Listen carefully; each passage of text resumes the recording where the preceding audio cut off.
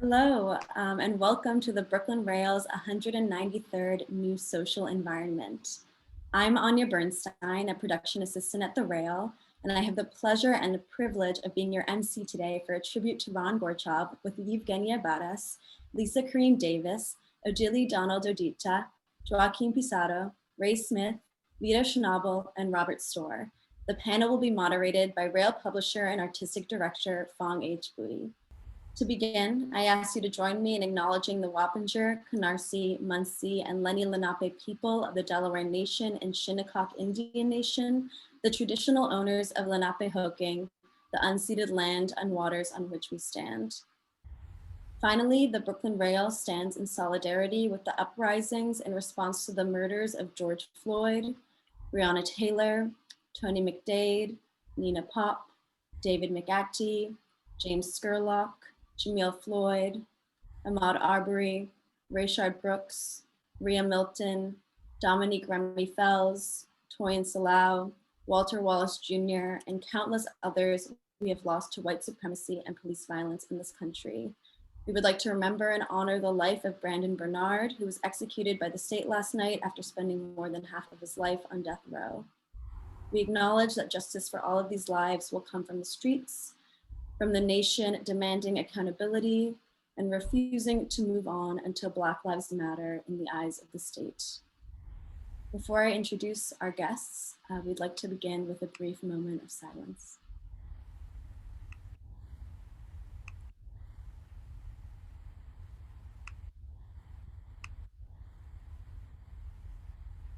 Thank you.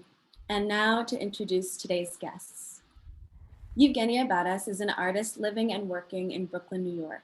Baras was named the Guggenheim Fellow in 2019. She was a recipient of the Pollock-Krasner grant and the Chinati Foundation Residency in 2018 and the Yaddo Residency in 2017. She received the Artadia Prize and was selected for the Sharpe-Walentas Studio Program and the MacDowell Colony Residency in 2015. And in 2014, she earned the Rema Hort Mann Foundation's Emerging Artist Prize. Corinne Davis is an abstract painter exploring themes of racial, social, and psychological identity. Born in Baltimore, Maryland, currently living and working in Brooklyn, New York, Davis received her BFA from Pratt Institute in 1980 and her MFA from Hunter College in 1983. Her paintings have been exhibited across the United States and in Europe, and her work is included in the collections of the Museum of Modern Art, the J. Paul Getty Museum, the Philadelphia Museum of Art, and the Victoria and Albert Museum. Odili Donald Odita is an abstract painter whose work explores color both in the figurative historical context and the socio-political sense. He is best known for his large-scale canvases with kaleidoscopic patterns and vibrant hues, which he uses to reflect the human condition.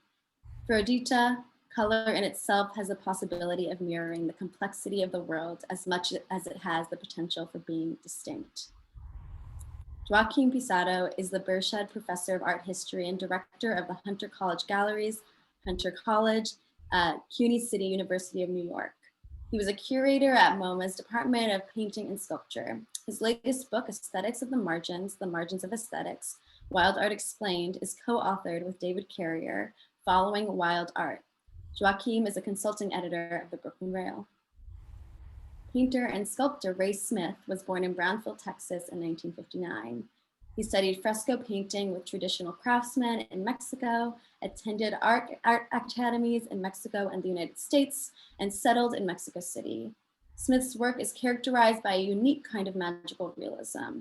He bends, twists, and transplants, creating illogical scenarios that are full of surprises and special effects. Vito Schnabel is the founder of Vito Schnabel Gallery in New York and St. Moritz, Switzerland. Vito began working with Ron in 2005 when he presented a solo exhibition of Ron's paintings. At that time, Ron's work had not been shown in over a decade, and the show led to a resurgent interest in his work, including a solo exhibition the following year at MoMA PS1. Vito continued to work with Ron up until the artist's death, having presented 6 solo exhibitions in New York, St. Moritz, and at Sotheby's S2 in London. Robert Storr, preeminent art critic, curator, artist, and educator, is the former dean of Yale School of Art and senior curator in the Department of Painting and Sculpture at the Museum of Modern Art. He has written numerous catalogs, articles, and books of major 20th and 21st century artists.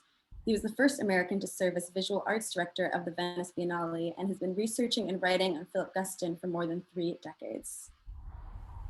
And finally, our host, Phong H is an artist, writer, independent curator, publisher, and artistic director of the Brooklyn Rail, the River Rail, Rail Editions, and Rail curatorial projects. From 2007 to 2010, he served as curatorial advisor at MoMA PS1. His recent projects include Artists Need to Create on the Same Scale That Society Has the Capacity to Destroy, an ongoing curatorial project that was exhibited in 2019 as an official collateral event of the Venice Biennale and at Colby Museum in Waterville, Maine. He is a trustee of Studio in a School, the Lewis Comfort Tiffany Foundation, Anthology Film Archives, the Third Rail, the Miami Rail, Sharpe-Walentas Studio Program, Second Shift Studio Space of St. Paul, AICA, and is co-founder of the Manera Foundation, a nonprofit which aims to curate ongoing exhibitions and public programming at Modern Contemporary in Jersey City and beyond. So Phong, take it away for this conversation with this illustrious panel. Thank you. Thank you, Anya. You should get a PhD for having just did that. So thank you, everyone. While thinking about Ron, early this morning, all of a sudden, 2 following phrases appear in my head. One from a poem just the other day, the poet Chris Martin, curator of our last radical poetry reading. And the other came from Brad Kaufheimer, one of the feature artists interviewed in the winter issue, should be coming out next Monday. Octopus trapped in a wallet and spiritual weather. Those 2 descriptions are as poetically elusive as Ron's paintings are, indeed. I'd like to thank our friend who can join us now to celebrate Ron's life and work today.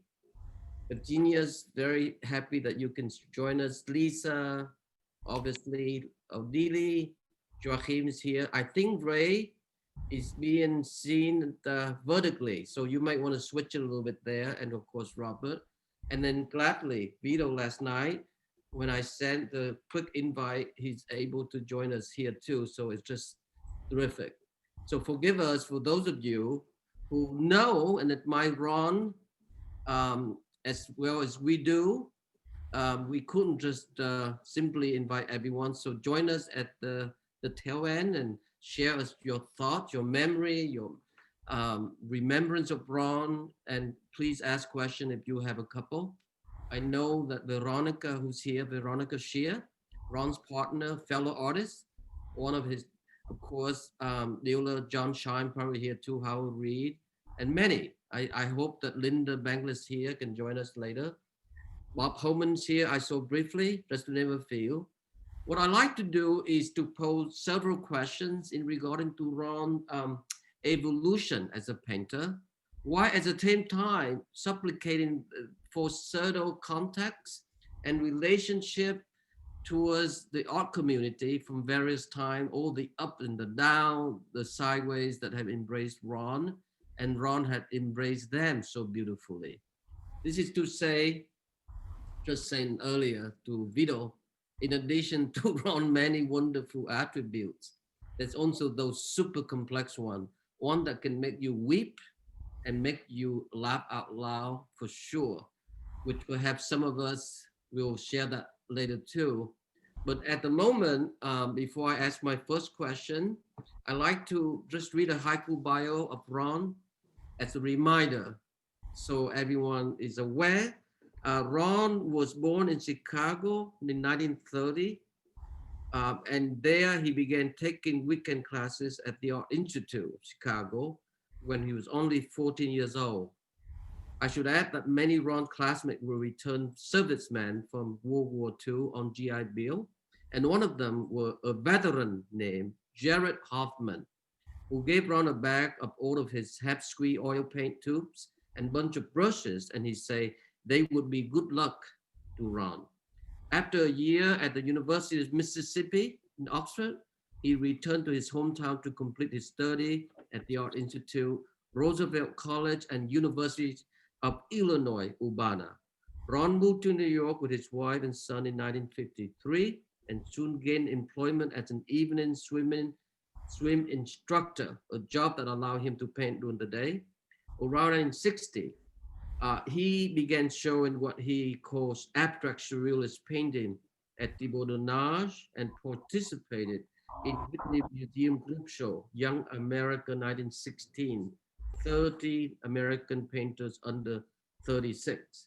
Inspired by a curvy linear Richard Smith painting, he showed at the Jewish Museum following a brief intermission of his practice. Ron found his signature support, a linen or canvas cover curved armature that springs from the rectangular base, resulting in slightly sloping three-dimensional surfaces, both concave and convex. In 1967, he had developed an idiom with which he would become most closely associated: a molded model shadow-shaped canvas adorned in oil paint and the two eye-like quasi-symmetrical marks.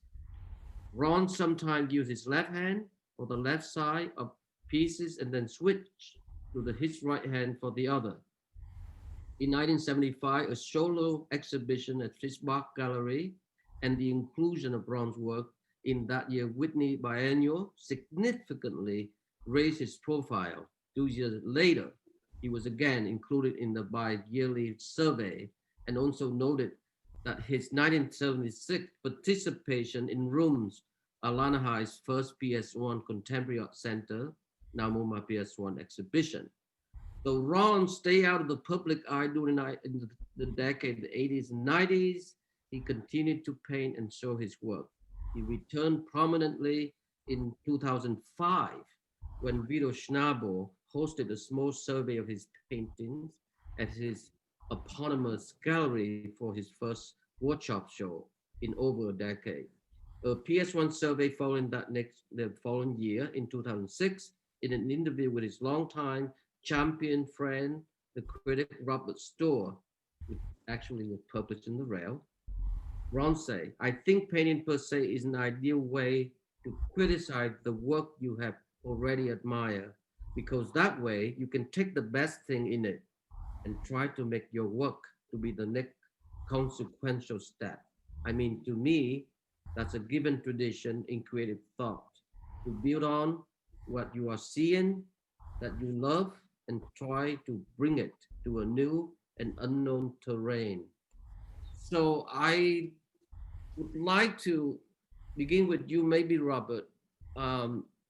As I remember in our conversation with Ron, as I mentioned on the occasion of his amazing show, Double Trouble, that curated beautifully by Alana, that was published in the summer of 2006. At one point, you brought up Ron's friendship with John Graham,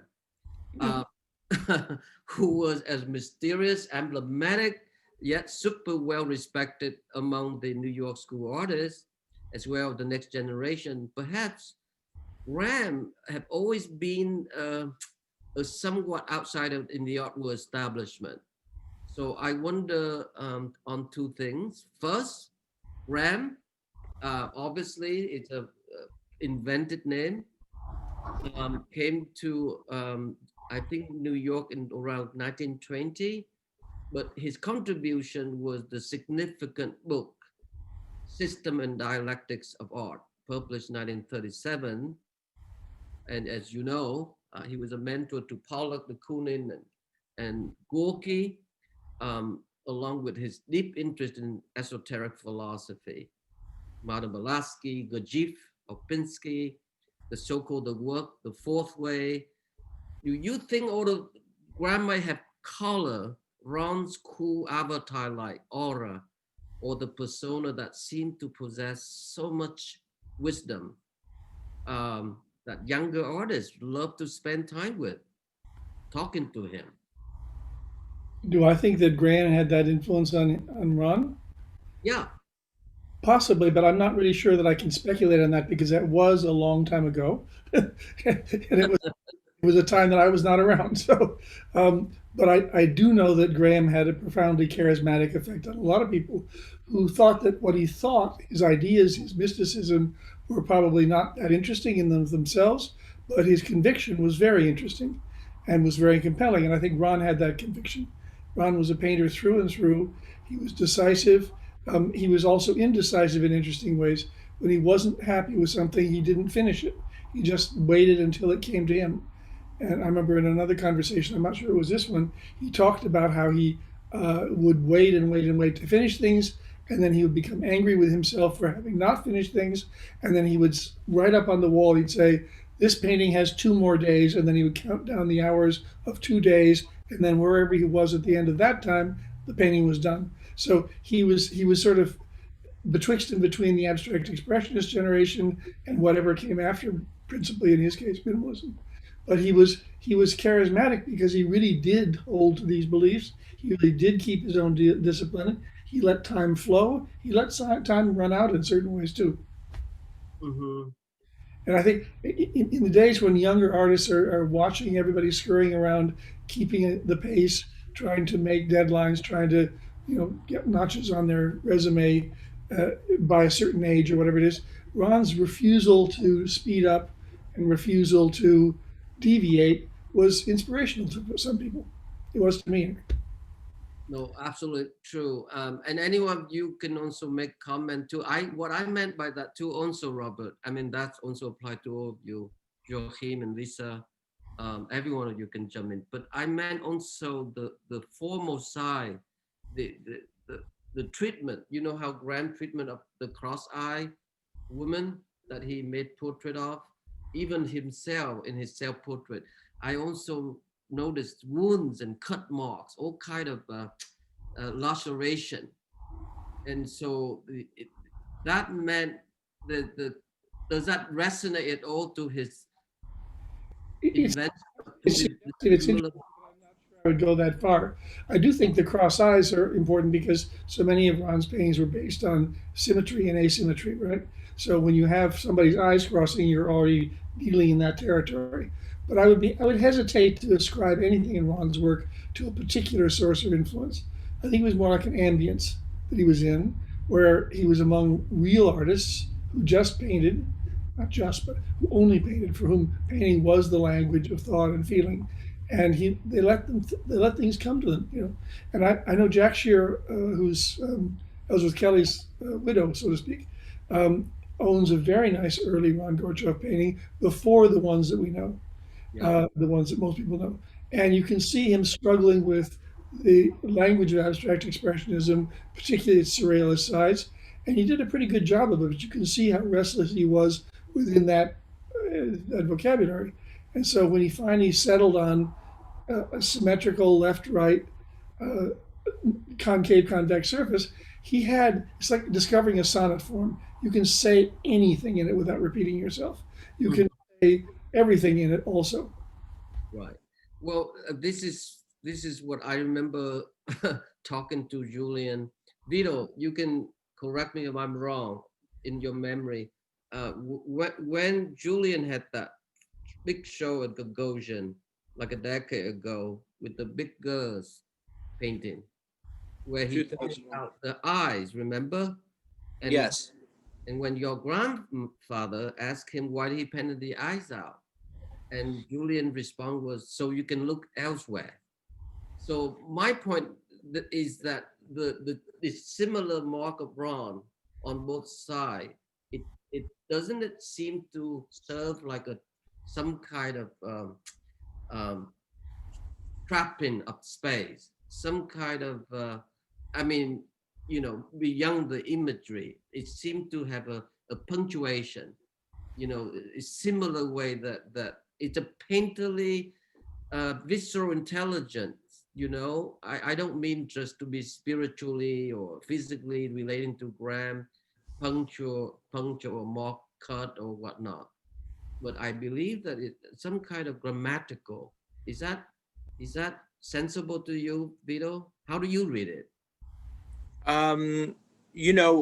Ron's paintings, the first time I saw them were totally new to me and felt sort of futuristic in some way, but at the same time felt like they had been there forever, and kind of felt like these shields that you could see on battleground, you know, hundreds of years ago. But for me, I guess Ron was kind of coming up with his definitive mark and coming out of abstract expressionism, and kind of found his surface, the sculptural surface, which he created, he crafted, he carved, and then came up with these two marks, which was kind of his, I guess Barnett Newman had his lines, you know, Pollock had his drips. And so I always kind of associated it with, you know, Ron's, you know, Ron kind of created his definitive mark, which always gets me, the fact that, you know, I think he made the first curve painting or shape painting in 1969, a painting called Set, which I actually showed in 2005.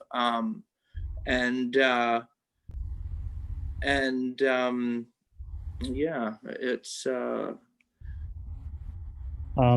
I wanted just to jump in and say that Ron was it's just a super interesting character, and someone I met through an organization called Foundation of Art and Preservation in Embassies, otherwise known as FAPE. And I met him, I'd have to say now it probably was maybe 7 to 10 years ago. And it was always just a joy to meet him at the different events we would have in New York. One event was even at your father's house in Montauk.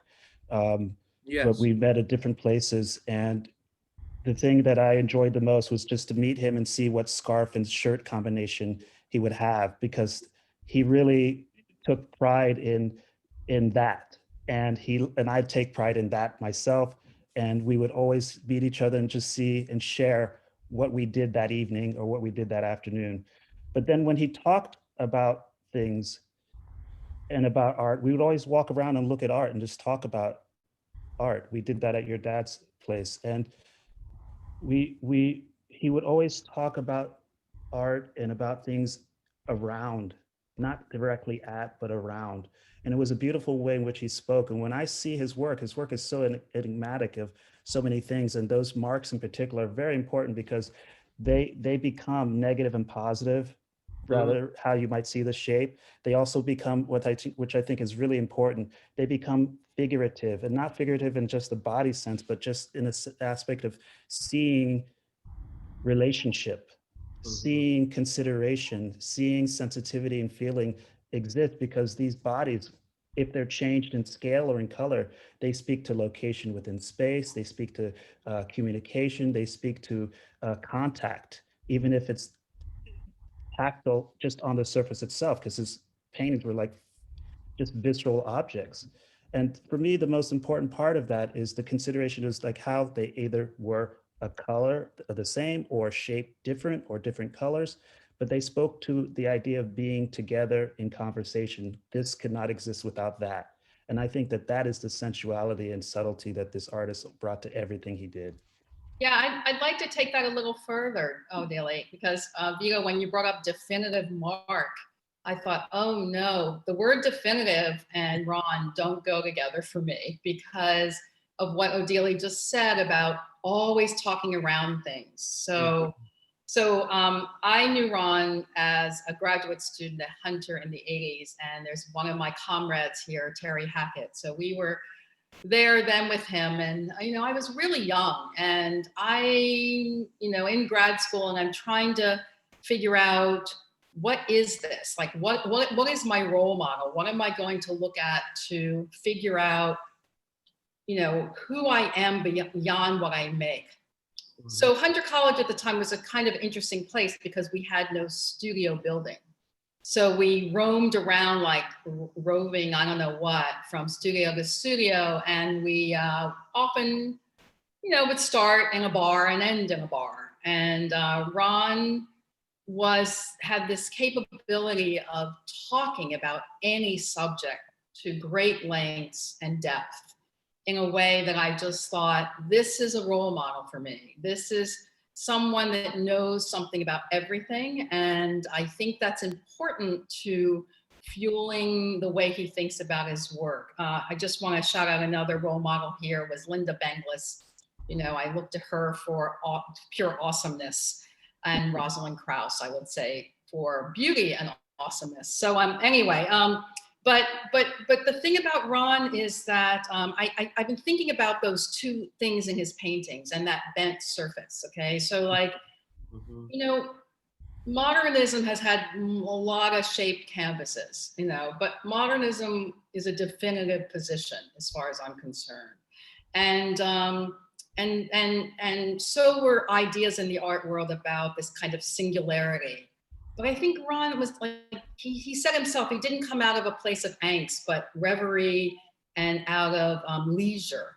So I think the idea of two forms rather than a singular form, and not that shaped canvases were unusual. I mean, we have Lee Bonnecue, we have Ellsworth Kelly, we have Carmen Herrera, but the fact that he bent that form to breathe, like Odilee just said, like as a kind of not just shapes, but that kind of that saddle shape had a kind of breath to it, which allowed in my mind, a similar openness that Ron sought that was contrarian to the way artists were thinking at that time. And that kind of courage for me to kind of reroute a kind of texture of existence of an artwork was really awing for a student to observe, along with his you know, hunger for intelligence, because he didn't go the normal route. He didn't have a regular education. He didn't have a degree. He wouldn't have been hired today at Hunter College, I hate to say. And but because he didn't have that, he felt at a deficit intelligence-wise. So he made sure that everything, he would know everything, and he just had this hunger to keep filling things up. So that was a really special thing to observe about Ron for me. Super true. Thank you, Lisa. It's that's the part of the great pleasure being with Ron, because you can talk about everything. But let's see. Yeah, Robert. I just underscore the business about the shaped canvas. True, there was a lot of shaped canvases, but that was all around the periphery. He was really the only person at that time, except Lee Bonnecue, who made something be volumetric, and he used topological surfaces rather than Euclidean surfaces, and in that he was a real pioneer and a real radical. FaceTime audio. Sorry, it's my daughter calling me from London. He was really radical in ways that, you know, nobody else was. And then other people picked up on it. Elizabeth Murray definitely picked up on it, but I think a lot of artists picked up on it. I think, you know, he was kind of sidebarred as an eccentric, but he was not an eccentric. He was just way ahead of his time. Yeah, Joachim, are you here?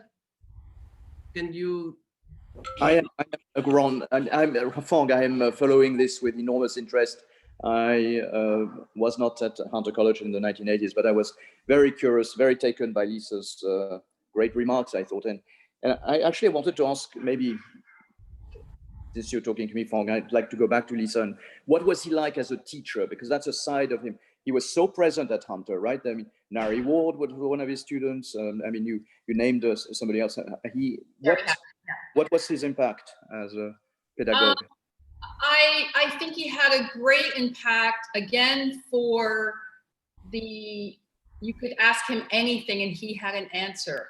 But I also say, as a teacher, I was just telling my class this yesterday, as a teacher, he did something I'd never had the nerve to do, and really still waiting to do it, was when you're going into a crit, he went into a crit and a student was presenting her work and he paused. And your work is exactly the kind of work I have nothing to say about.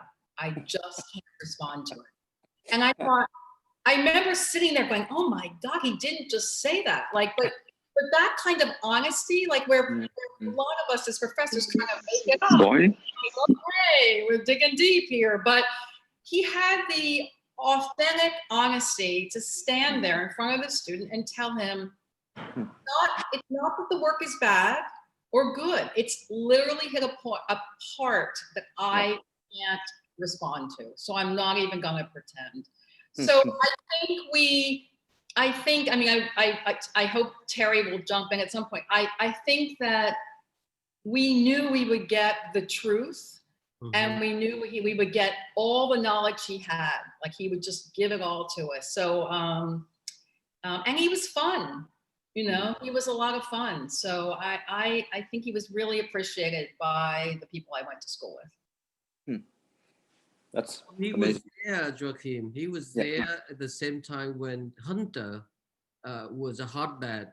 Yeah. Where, you know, Lisa mentioned Rosalind, but you know, Leo Steinberg was there, and Robert Portugal taught there, and I think it was Tony Smith who hired Ron.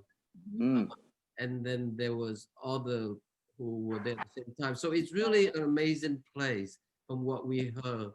But now that we're talking about personal relationship, why don't we ask Ray Smith, when did you meet Ron, Ray? You I think I got to know you through Ron. So yes, we got to know each other through Ron, right? Yes. Okay, all right. Okay, so I met him some place kind of like in the mid 80s, but he moved into our studio. I had a studio with St. Clair Samin over here in Red Hook a while back ago, and he moved in there. I think it was like either like 99 or 2000, and Ron at that point had sort of had left his girlfriend, or she wasn't his wife, but had left her, and so, or she had left him, whichever way, and he needed someplace to move, so he moved into the studio. And at that time, I mean, yes, everything that you guys are talking about, I mean, the phenomenal personality of the man and his intellect and his talent and all of that.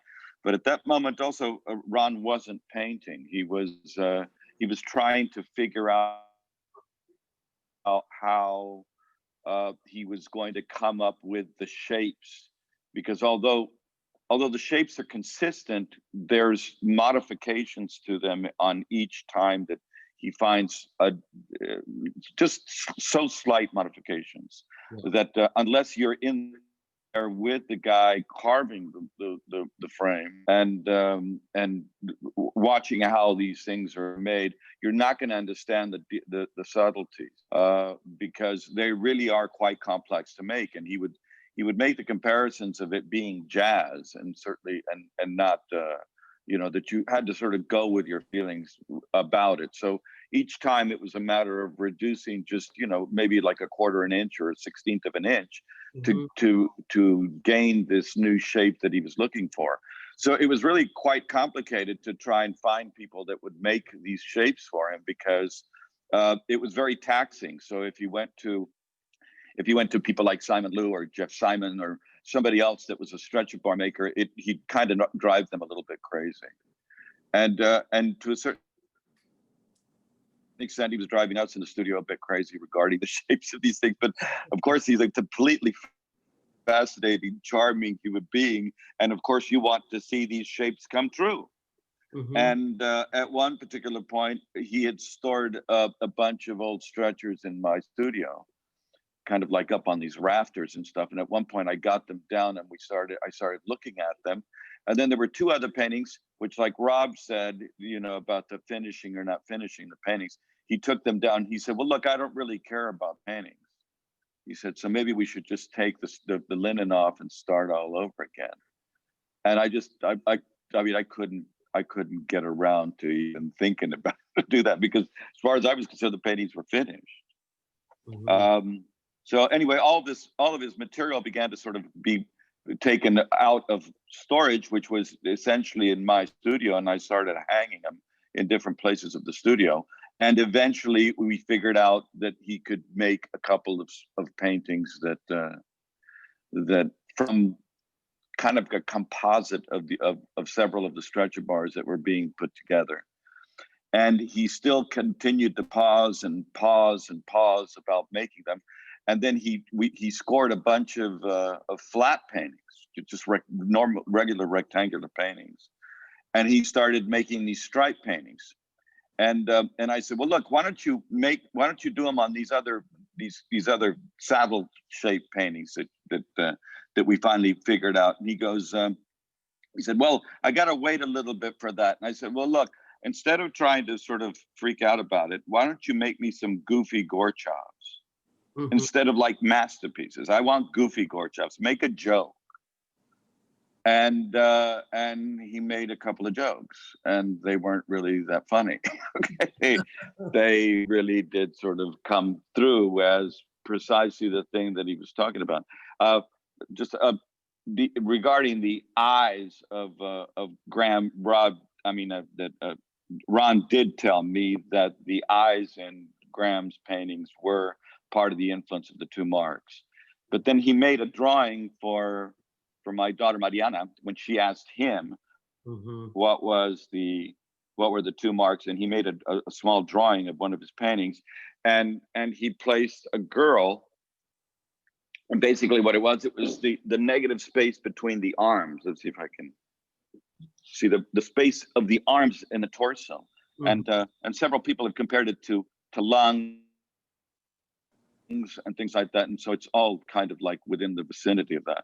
When we finally had come up with the shape that he liked, which he made the painting on, because mind you, these shapes that he was doing now were a modification from other shapes that he had done before. So there's these pauses in his making of these paintings, which a lot of times has to do with the specific shape of the canvas itself. Yeah. Anyway, that's as much as I've got to say. Thank you, Ray. Go ahead. Behind you is a beautiful Gorchov on the wall hanging, and right left is a young painter named James Innes Leary. So you can see. Oh, you see that too. Yes.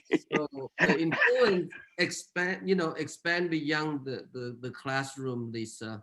These are younger group of artists that, Ron have taken in, one of the founder of the High Bruce Quarry Foundation with Ray Smith have cultivated, and so has Vito. So you can see that James, deployment of shape is definitely have some relationship to Ron too. But I wanna shift the subject a little bit, just because we wanted to show the bit of slide quickly, and then we can go back. So why don't you start the slide, Kyle, so we can have the pleasure to see some of the images, beautiful photograph of Ron too.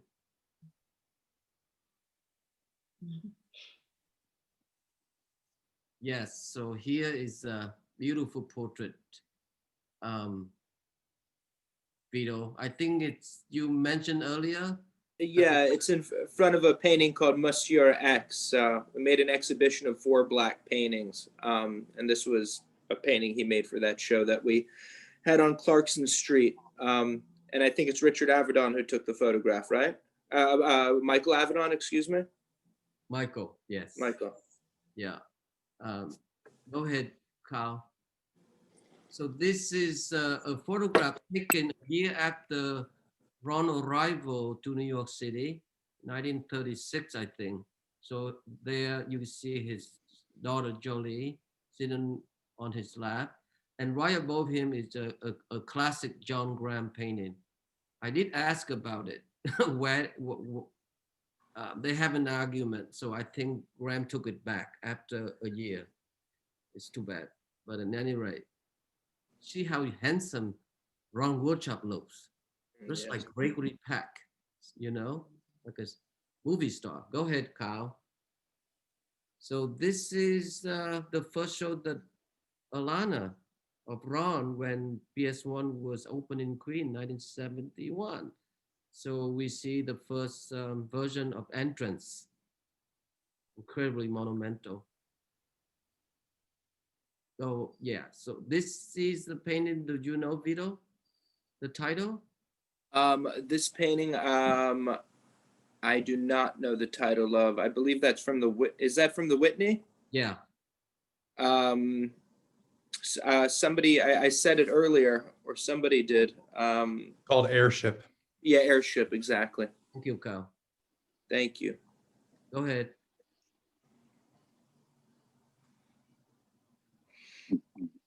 Well, I think this is one of 4 paintings that he made actually on mahogany. What year is that, Carl? Kyle?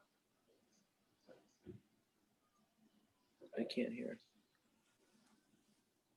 I think this must have been This was 1979. good. Yeah, exactly. And it notice how you can really see the edges, whereas other you don't. So it's really stressed out the length of the painting quite unusually. Phong, what's really fascinating for me in this work, most of the paintings like this, is that this space, you're not sure if it's an interior space or an exterior space, or an interior space in the mind, a space in the mind. And that's what I think I'm thinking about him in context of other artists, like the space of Francis Bacon versus another artist's space, Frank Stella's space. But I'm thinking about the way in which his tactility and the quality of the way the paint is moving and sits on the surface, even its matteness at some sense, evokes these different readings of what the space might be, with thinking of those marks as figures or as figural in a sense. So true. Go ahead, Kyle. In terms of the matteness, Ron was obsessed with the solvents and the binders that you used, and you used spike oil, for example, which gives it that matte quality. I think that's the key. So when you were in the studio, you could smell it. It's oil, basically. There were reference made, Robert, and Lisa, you can correct me if I'm wrong. And you know, he had been a swim, instructor and a lifeguard. Was 15 years old, exactly. Even when he came to New York, he did that for a good decade, Ray, in order to support the family.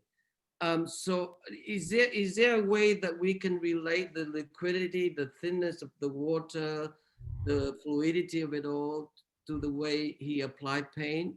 And he used paint in a very unpredictable way.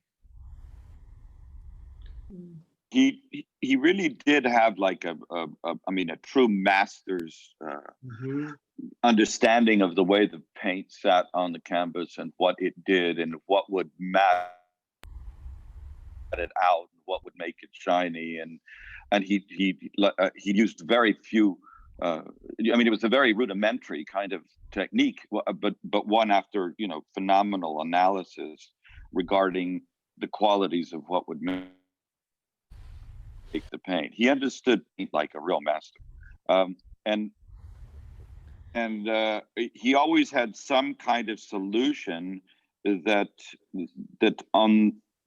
you wouldn't have expected in a particular sense, like just adding some acetone to linseed oil, or adding a little bit of or using that silver radiator paint that he liked a great deal to kind of cancel something out, because he figured that it had the same quality as white, but at the same time it was light itself.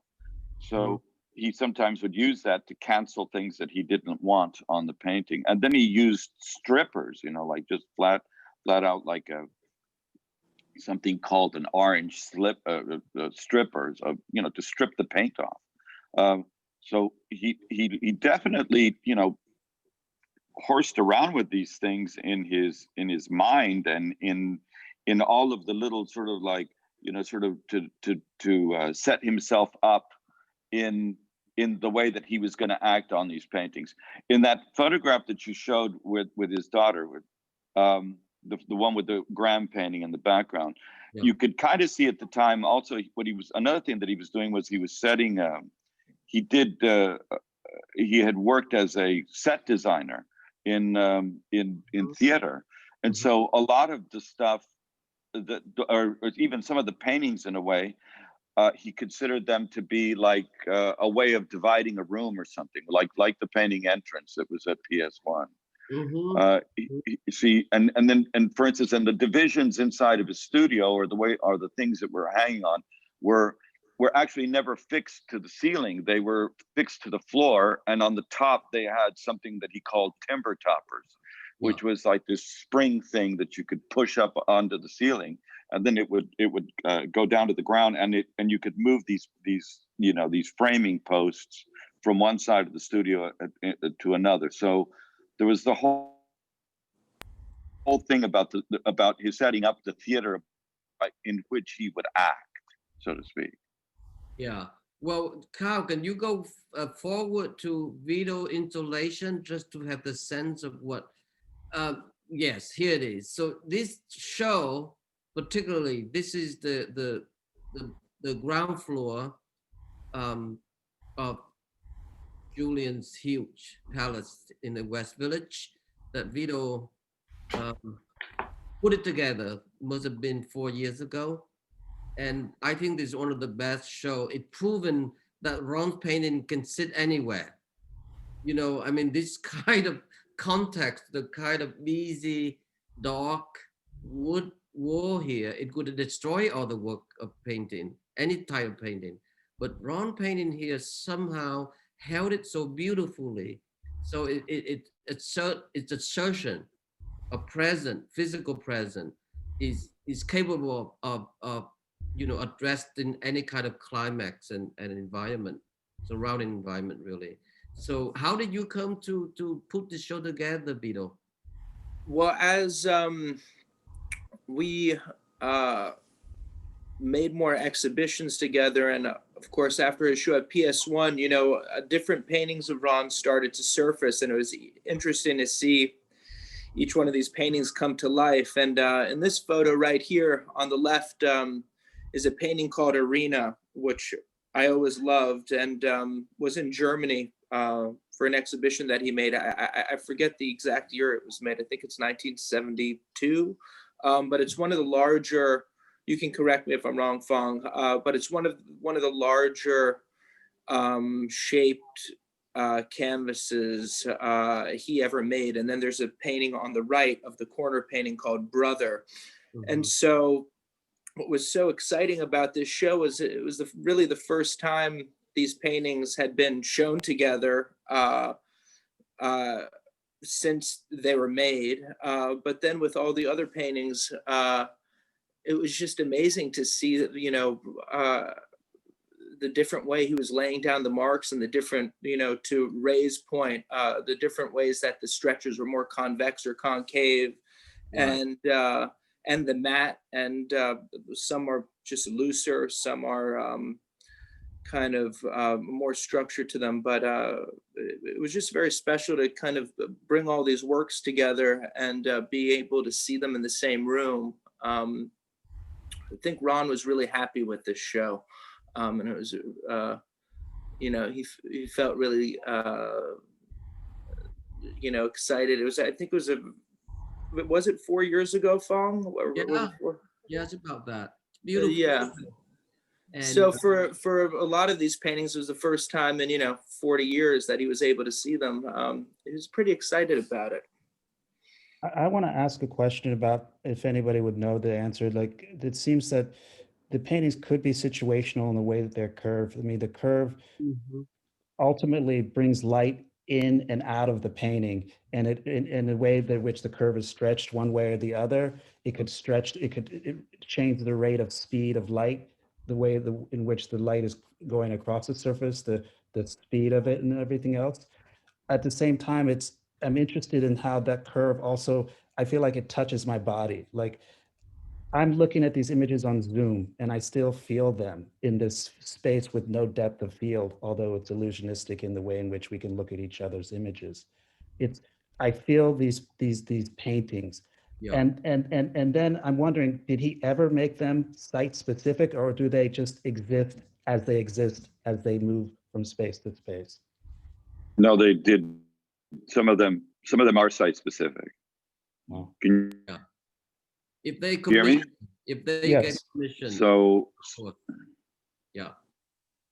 But to your point, Odilee, but they did, but he look, one of the things that Ron described to me was that the shapes had come to him in a dream. And basically, if you were to look at a conduit, Yeah. you know, if you were inside of a pipe, let's say, and you saw another pipe down the road there, let's say further down the conduit, and it was attached to the side of it, it would produce a particular kind of shape. And because of the perspective, it would give it a particular angle. Mhm. So that he thought of them in a sense as portals. Mhm. And, you know, once he described that to me, I dreamt it. I think every time I would think of being like in some kind of spaceship or something like that, that if there was going to be a circular hallway on the side, it's like the shape of a door on an airplane. Mhm. Mhm. Mhm. That was this. You follow what I'm saying? So Mhm. so what it does to light, yeah, definitely is as you move around it, it's going to have a different reaction to it. And look, even if I go back to the silver paint, which was speaking of light, because there you've got all light, right? Yeah. But The you know, silver is just act as a reflector.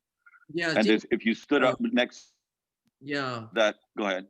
No, it's Go ahead, interesting what you just saying there, and Odilee, and it just tied up to what Robert said earlier. You know, the refusal to produce in mass in mass production. Ron is a painter of reverie and luck. He always say that, which I love. But and then in regard to dream, you know, there's a necessary difference between reverie and dream. In contrast to a dream, a reverie cannot be recounted. You know, so in order to be communicated, it must be written with emotion and taste, being relieved, or the more I would say written down. You know, and I think instead of looking for a dream in reverie, people should look for reverie in the dream.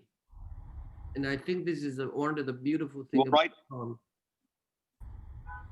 About, Just after a few days ago, they found a note that Ron had written and put inside one of his books, which is what he would do. He'd write these little notes and slip them into some place so that he could eventually run into the reference again at some point. And in this note, if I've got it right, it said, "Make something remarkable and find somebody that can see it." that is so that's amazing. That's amazing. That's it. That's yeah, that's amazing. Kyle, can we go back to make something remarkable? It's amazing. And we see a different context of how they look in the white wall at PS1, just for the sake of seeing the differences. Yeah, here they are. That's the painting Ray has behind him. That's fifth one and sixth one, right, Ray? Yeah. Yeah. Yeah, but mine's on the far end of that. Yeah. Yeah. Both are beautiful paintings. Yep. Here it is. I mean, those were like the biggest paintings he had done in quite a while.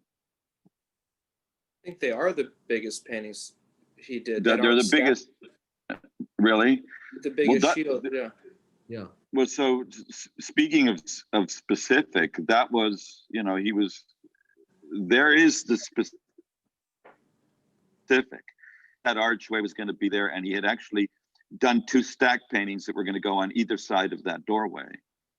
And he kind of another thing about Ron is tricking the relationships of the people around him to make them do kind of what he wants them to do. And so I think that in his head he was going to make these 2 paintings, but he had the stack paintings, and he was presenting the stack paintings to at least me, and I think Rob, weren't you involved? And didn't you see the stack pieces? Yes, I did. And everybody thought that they were going to go there, and then bingo, they were these. Terrific. Go ahead, Kyle. Moving along. Another beautiful view. painting's called Samba. He made that for a show in 2005. Beautiful painting. It's a knockout. Total knockout. Yeah. And the paint application is relatively thick, I remember, Vito, with pellet knife and whatnot. So it's unusual that he occasionally go back and recalibrate different sense of touch altogether. Yeah, very textural and tough surface, but the marks really do move in this one, and very different from Spice of Life, which was the painting we were talking about before he decided to make this black and red painting. It's a beauty. Yeah, and this brings the subject back to what you're saying to just now, Odilee.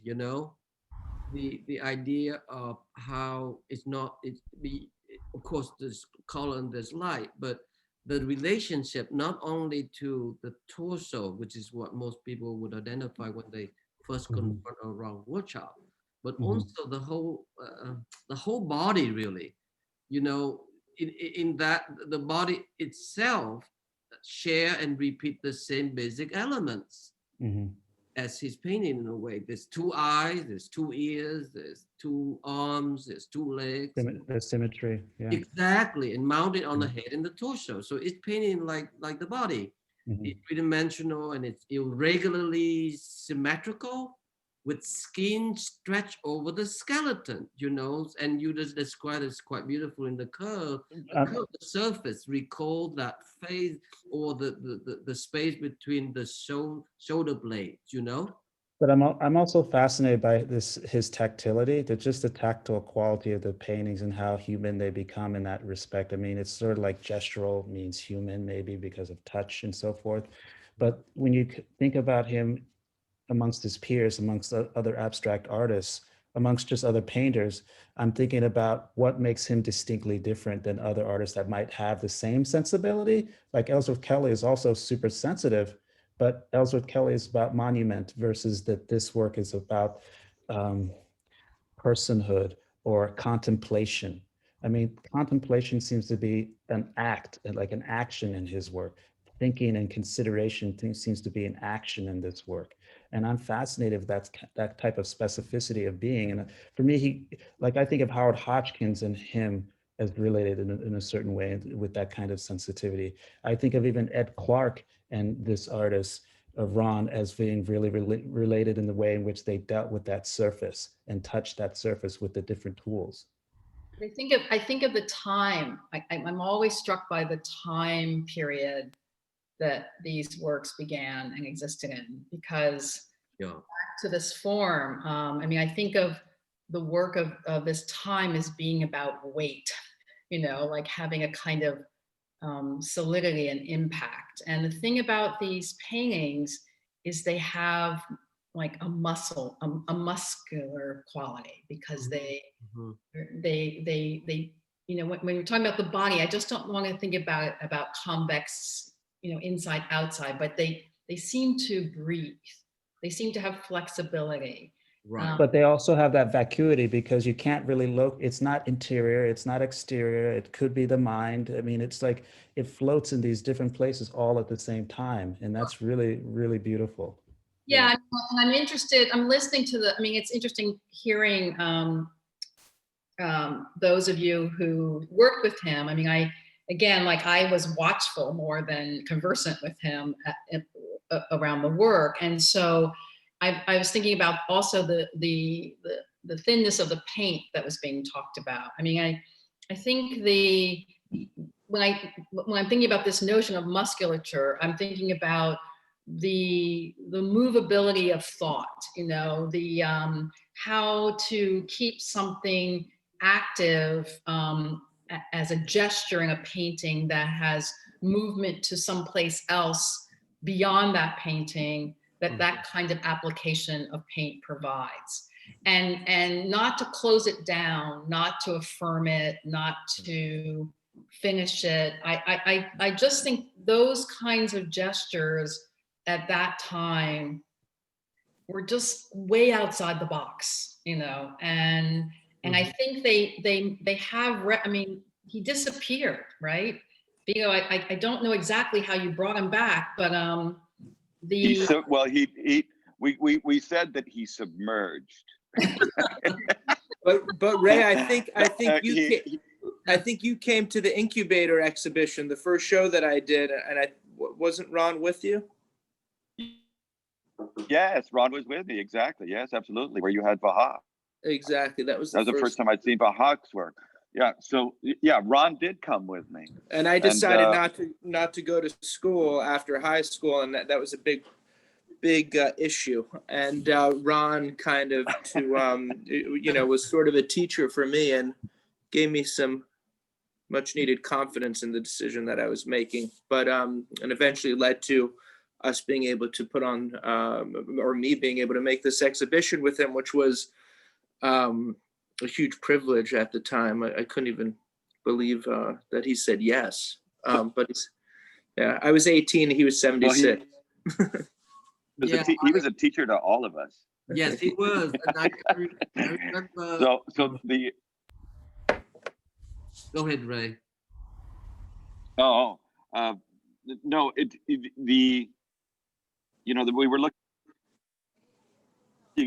this painting here, the one, because what I was trying to do after the submergence, okay, that's why, and it was funny because he had a watch that was submariner, and everybody he'd joke about, or I would joke with him about the emergence of emergent artists.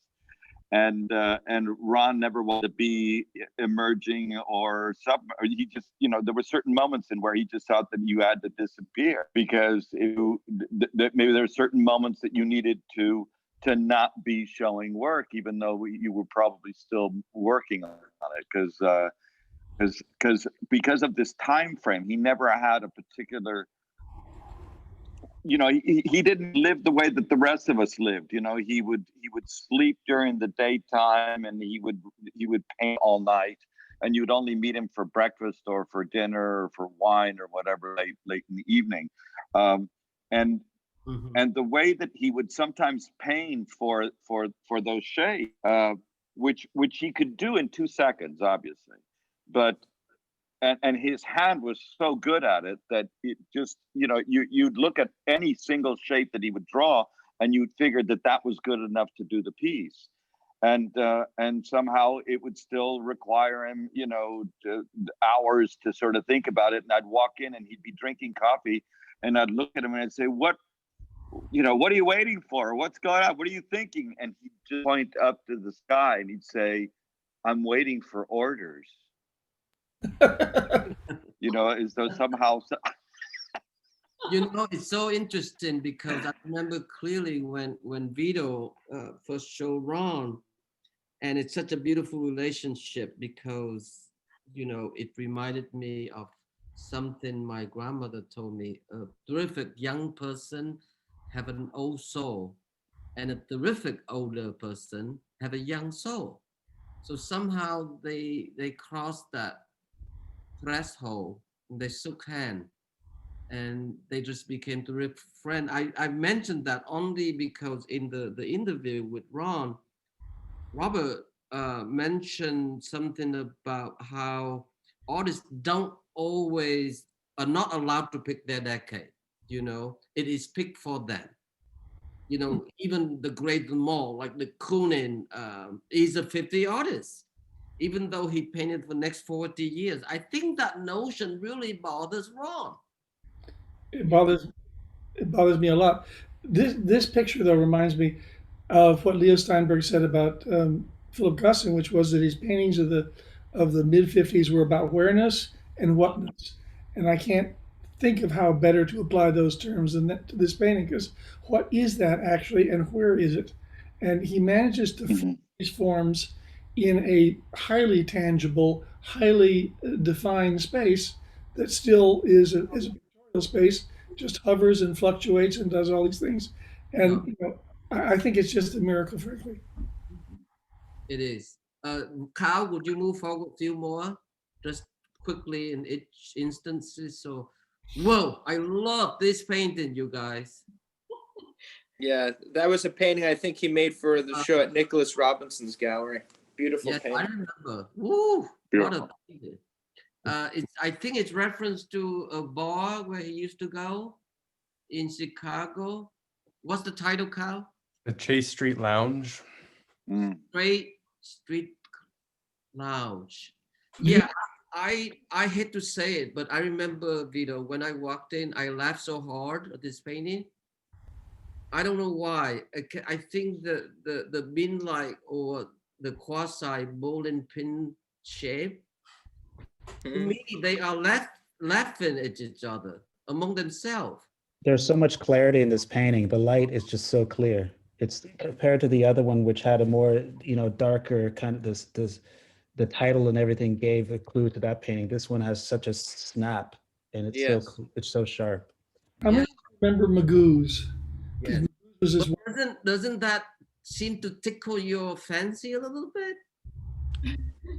I mean, there's something that lie between human and tickle, my fan being tickled right now? But Well, I mean, it doesn't have to be serious matter to be tickled. no, it doesn't. It's better when it's not. No, yeah, it has a cartoon quality to it. Yes. Yeah, it does. It's almost there's a Dali drawing of these two shapes lying one on top of another, which is a thing that Louise Bourgeois picked on. And this is almost as if those two shapes are separating again, falling apart, two beams. But that's all just irrelevant. The basic thing is that it's so lively. The color and the tone of that gray just perfectly coincide. The red cannot come very far forward from where it is, but it can't fall into the black background either. It's picture figure ground contrast. It's such a level of exquisiteness that it's almost hard to define. And I just wanted to go on back into how many of you remember Magoo's Bar downtown? Yeah. Yeah. The painting of Ron's over the bar at Magoo's, which is one of the reasons I went there, so I could look at the painting. Elizabeth Murray called him the guru of Magoo's. Yes. That sounds right, Lisa. But Yevgeniya, where are you? We need you. I'm listening, and I think I'm going to step in when the image from the studio visit will come in. Oh, cool. Kyle, can you move forward with that beautiful photo? And this and the next ones were images from the Cheim Read show in 2012 as well. Oh, we can skip it. Well, this one. Oh no, we cannot skip this. Don't skip it. This is a major painting. But where was this painting from? Woof.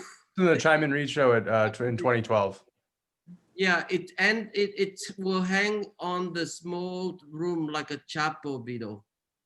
And I believe it either were bought by Aggie or No, but this was bought by Aggie. I just remembered it being shown somewhere else. Yeah. Exactly. Beauty. Smaller painting. The last two paintings that we saw, I think, are 30 inches tall. The black and red painting, Samba, is 6 feet tall by, I don't know the exact dimensions, but obviously the scale, very different. It's a beautiful painting. These two marks kind of embedded in the back of the painting. Yeah. There's a question brought up by Mike Ratter about the TV, a context to TV screens, and I don't want to push it where it's not going, but is there any sort of reference? Is there any sort of acknowledgement or idea of this at all, if at all?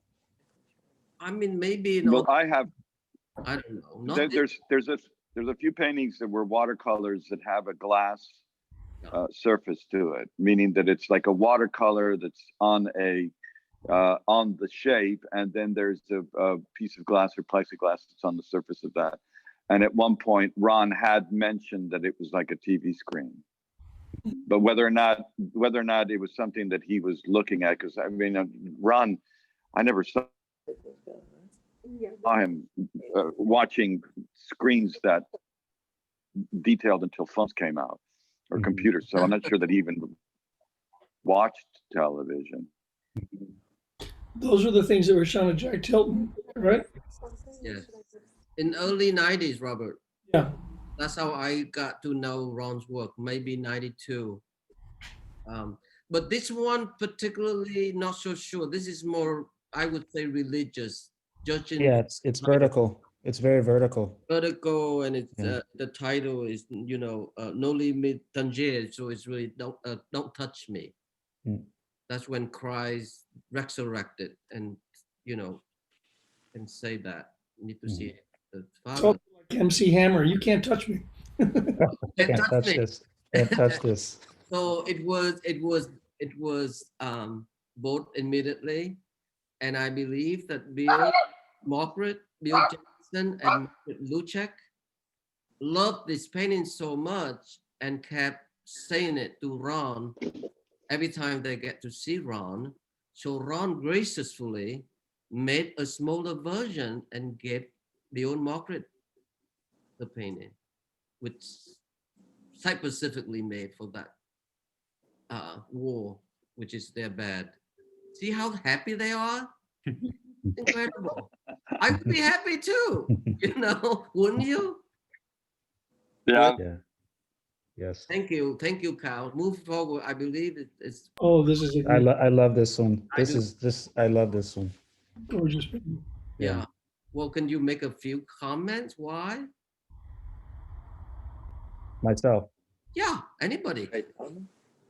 I mean, for me, it's just the relationship. I mean, the space becomes so incredible in the way that you can talk about red, yellow, red, blue being foreground, middle ground, background, or light, middle, dark, in the way that you have this yellow and blue, and then this gray beige that sits in between. Maybe it is the stand-in for red, but it makes this, it kind of, without being obvious, it just makes this complete space. And then I love this twist between the scale of the shapes, the scale of the yellow and the shape of the yellow. Just this incredibly unique shape of that yellow with the shape of the blue. And then this idea of distance, closeness, nearness, farness that happens.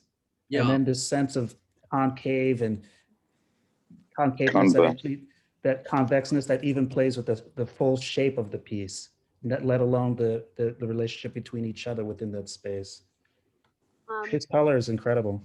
I also He had a lot of yeah, his color as a colorist, he was phenomenal, and the means by which he would accomplish those colors seemed sort of like not logical. You know what I'm saying? Like, for instance, he never used the black in any particular way.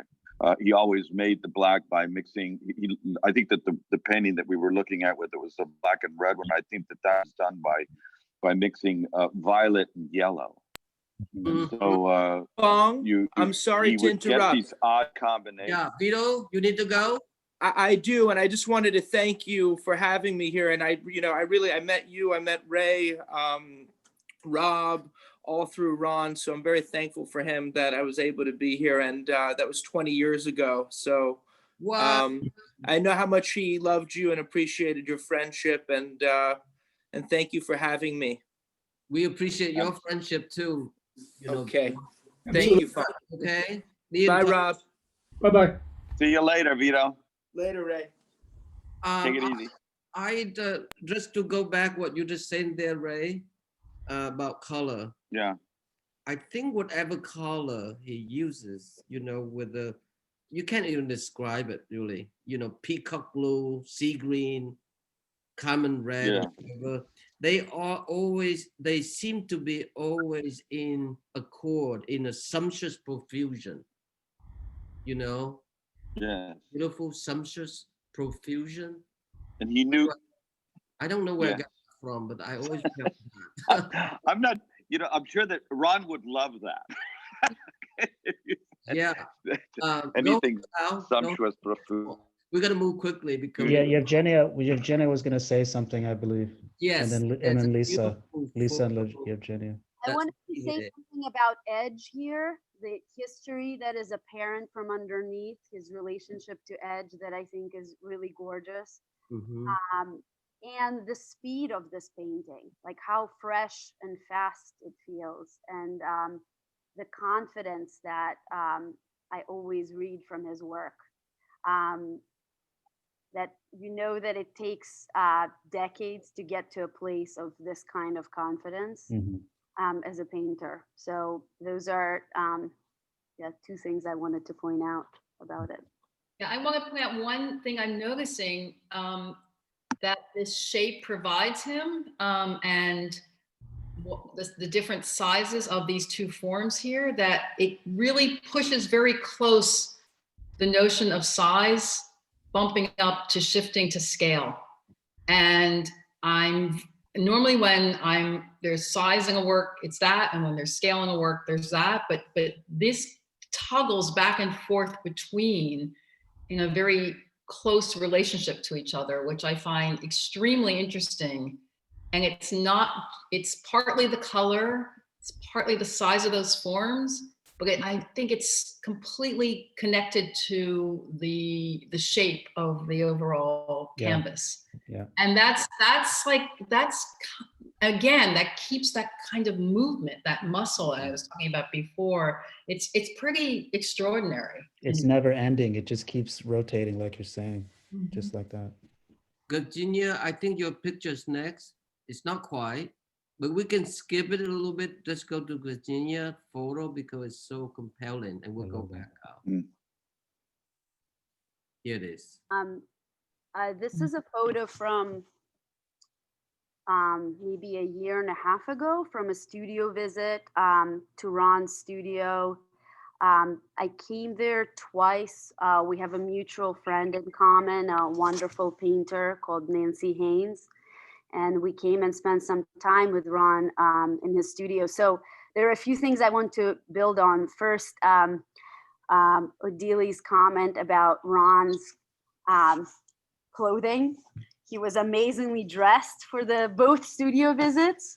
And there was a wonderful kitchen in the front of his studio where he insisted that we spend all of the time. So he did not really want to lead us back into the studio or talk about the work. So again, we were kind of talking around the work and on all kinds of other subjects. And maybe one thing that keeps people young is their curiosity. He just wanted to know everything. Like, what am I working on? What is Nancy working on? What are we reading?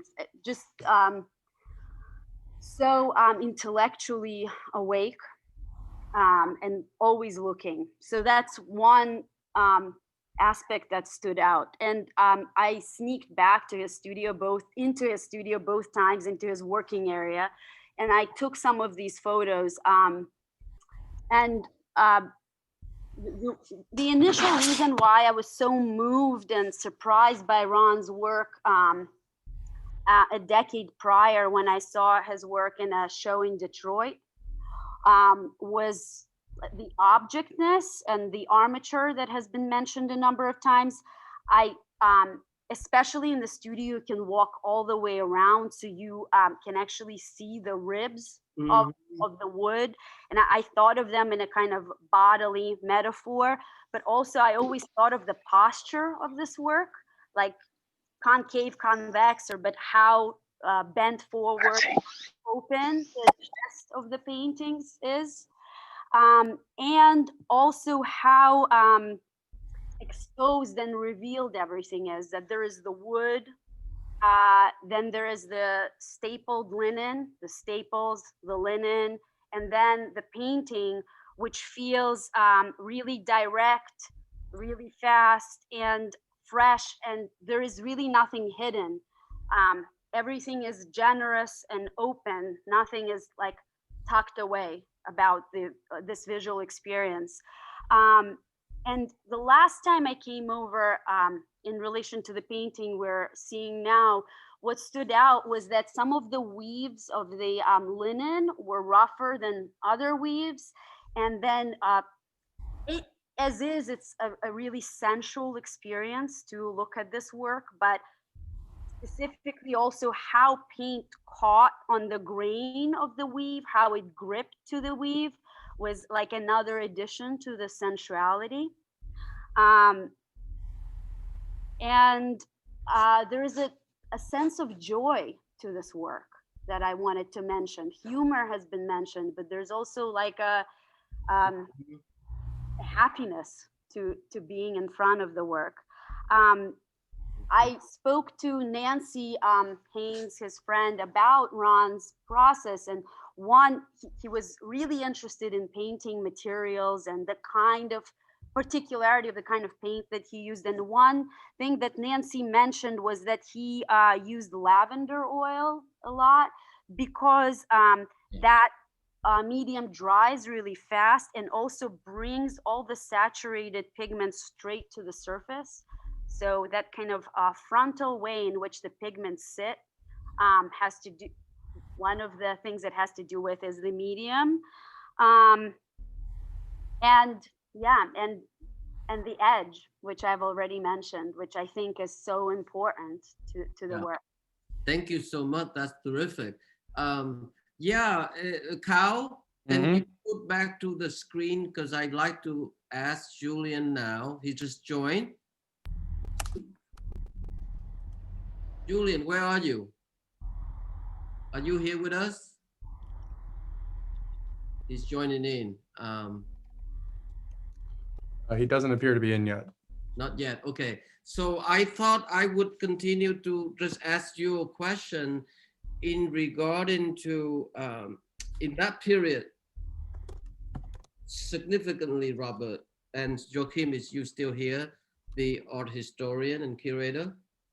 You remember there was that show that Katie Siegel curated with David Reed being the advisor, High Time, Hard Time, New York Painting from 67 to 1975.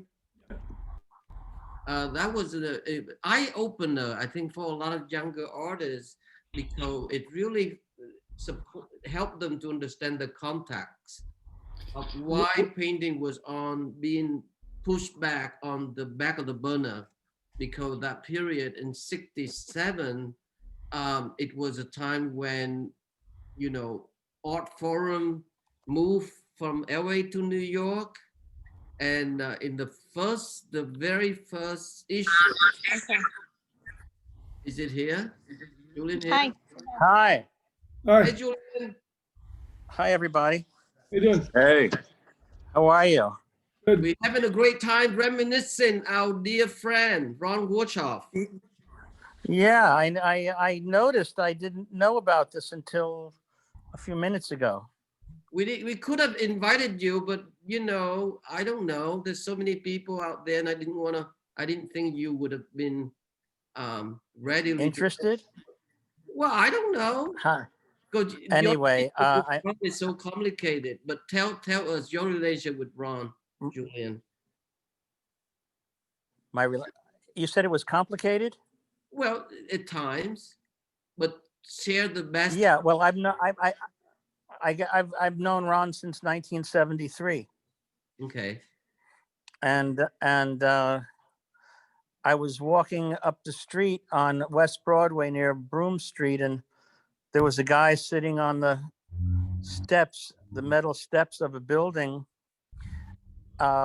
reading a script. And I had paint all over me, and he looked at me and he said, hi. I said, hi. Like we were the only two people left in the world. And I said, are you a painter? I said, yes. He said, I'm a painter too. You want to come over to my studio? I said, yes. And I walked over to his studio. I think it was on Broome Street. It was on Broome Street. It's funny because the first painting that I saw of his, the orange painting with the two kind of cobalt bluish marks on it, is hanging in my house still. What? I didn't get it then. Okay. I didn't get it then, but it was stolen, and then he punched a hole in it somewhere, and then I bought it afterwards, and it was repaired. But it's spectacular, and I mean, it was the first image I saw of his paintings, and it stuck with me my whole life. Yeah, Julian, you know, the last time I saw you was only a month ago, and we talked about Amy Schulman's show at MoMA. So Amy Stillman, yes. Yeah, why don't you show that image, Cal, so Julian and every one of us here can see. I just love the way in which your early painting, San Sebastian, on the left, and then Ron painting is on the right. I just love that relationship because we've been talking about the not the torment so much, but the cut mark, the the wounds and what, and it's relate to Ron the similar gesture. But I don't know, is that fair as an observation? I mean, tell us you love Ron. Well, let's put it that way, Julian. I think that Ron saw the surface of his paintings as skin. Mm-hmm. And I think that I do also. And I think that when I wanted to make a figurative painting without putting a figure in it.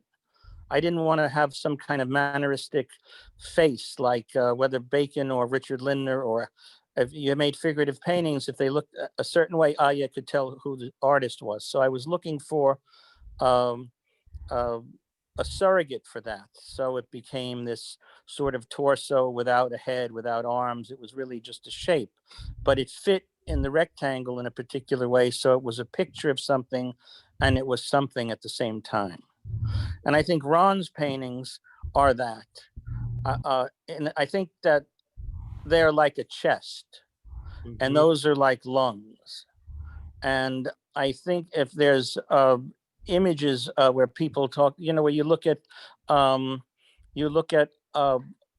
reflexology, and there's two marks on the bottom. There's a mark on the bottom of the palm of your foot.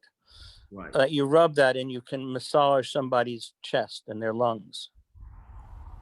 I think that Ron reduced something to these two marks and this saddle-like shape, and that was the body, and that was it was pictorial and it was physical at the same time, and that was something that was a similarity in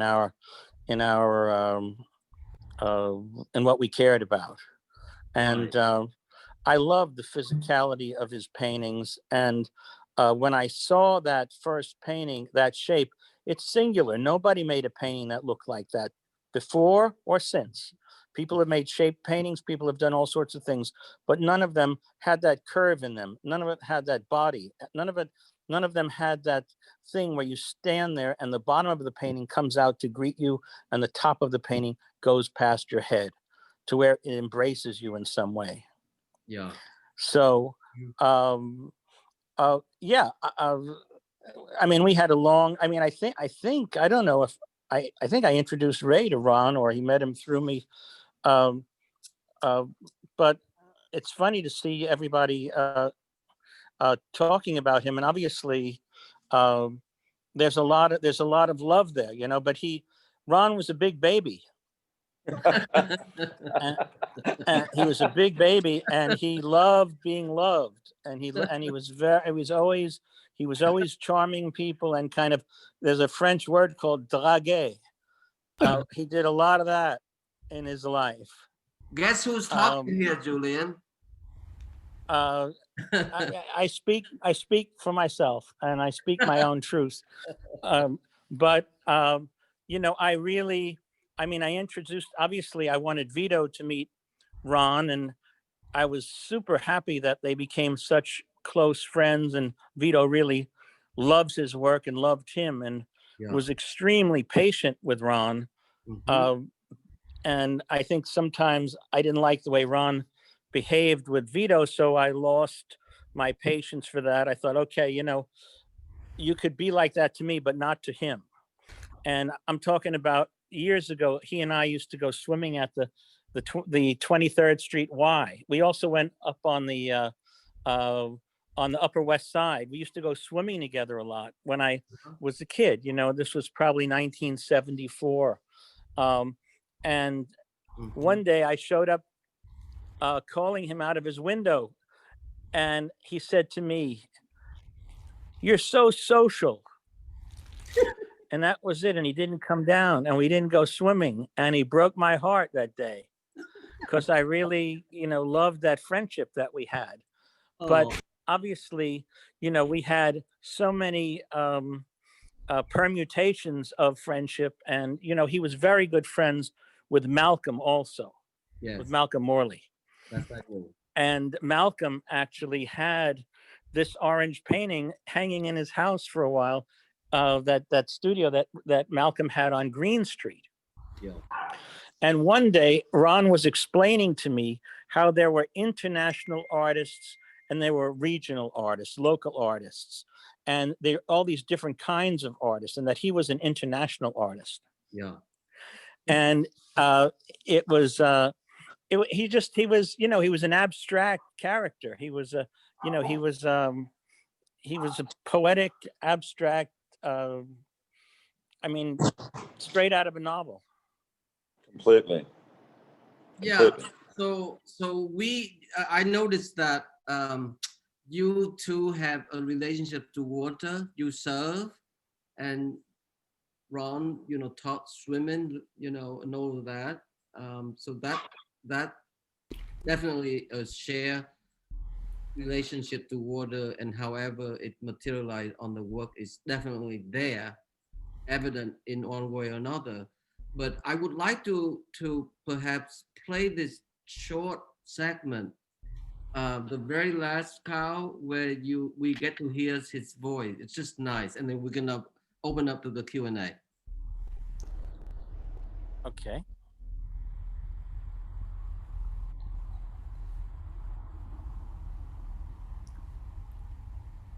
I think the audio should be turned on.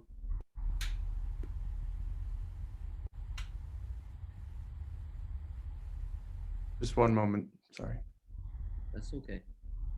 Gotta restart this sharing with sound. All right, this should work. Thank you, Kyle. Well, when you're painting, when you're applying paint, first of all, you smell it, and it has different consistency. And if you're a painter, you could easily and sometimes get sick doing it, because it's upsetting to see all that liquid doing so much to me. And and just the whole experience puts you in another state of mind. I don't think it's unusual. I think most artists feel it. And I recognize this because as a kid I was a lifeguard, and it's a question of suddenly realizing, oh my God, I'm in deep water and I can hardly swim. Is it like a vertiginous? Yes. Okay. Yeah, I mean it is. Like painting has a vertigo-like quality, but it's specific. And if you don't feel it and fear it, you probably aren't a painter. Of course. Oh, so Kyle, so much beautiful photograph of the napping, handsome Ron Gorchov there. All right, let's go over to Q&A, and yeah, we have some really good questions. Our first question is actually from Joachim, who had to leave at 2, but asked that I read this for him. He said he's curious to hear more about his Ron's human impact as a co-artist, teacher, and friend. Following Lisa's great remarks, he noticed that Karine said that Ron had given him the confidence to go on painting. We'd like to hear more about that. It sounds like he was a very generous colleague, teacher, and artist. I think we can, let's see, Ray spoke great length, Robert did too. I guess we can, well, I mean, Julian can take up this again, or we go to Linda Francis. Are you here, Linda? She's muted. Yes, let's invite Linda. Who's that? So Linda knew Ron also a long time. Yes. Hi, can you hear me now? We can hear you. Yes. I was a student at Hunter College in the 60s, in the early 60s, and to the late 60s. I went for quite a long time. Anyway, Ron and I became pretty good friends at that time. And in terms of the impact he had on everyone, first let me say, I was Tony Smith's student, not Ron's. But Ron and I became good friends, which had nothing to do with his teaching me that although I learned a lot from him and a lot from being in his studio. And apropos your question, as a teacher, his studio was always open, I think, and certainly there was a whole bunch of us that hung around in his studio, so much so that, and talked about ideas constantly. And that was what was interesting to us. And what was also interesting to us is how he would never, he literally did not give up who he was for the art world. And that was really interesting for young people. He was who he was. If it took him 27 years to make a painting, it's because he was making a painting and not because he was making it for any commerce. And that was extremely attractive to students, certainly in our group anyway.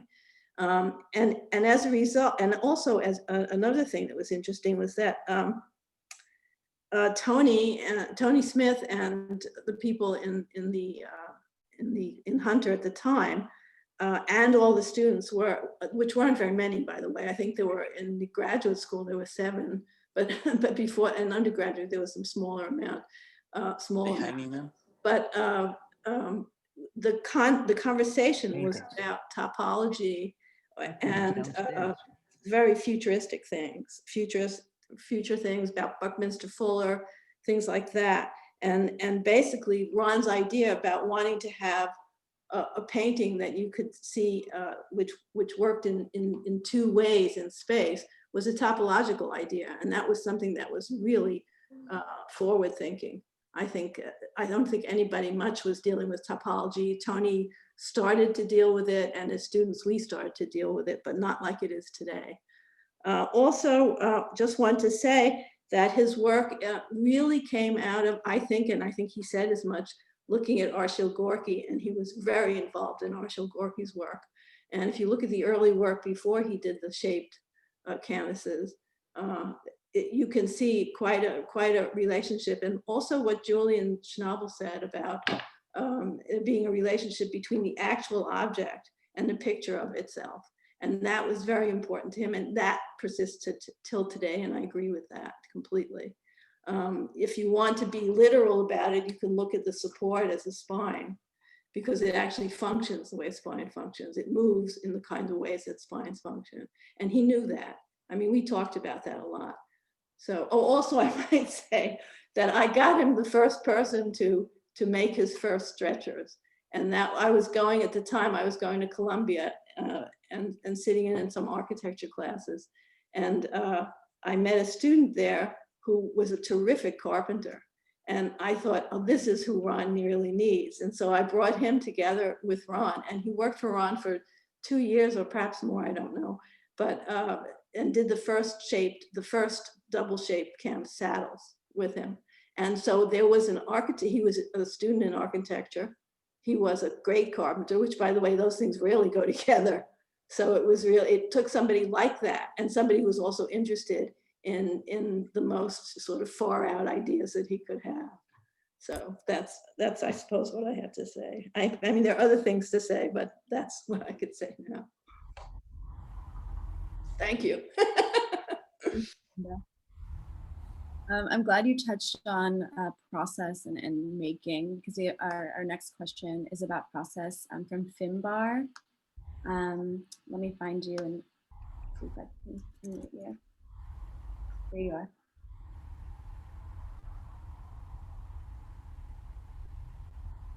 Hello? Okay, I can also just, I'll read the question out for them. So Finbar Kelly asks, I'd be interested to hear more about Ron's process. These works seem so fresh. Many feel like they were completed in one shot. Did he have many works of various sizes all on the go in the studio at one time, waiting for the time to complete, or was he a little more programmatic, also working on loose themes or groups of ideas at one time? Who's going? I'll answer that. Okay, he generally had quite a few. If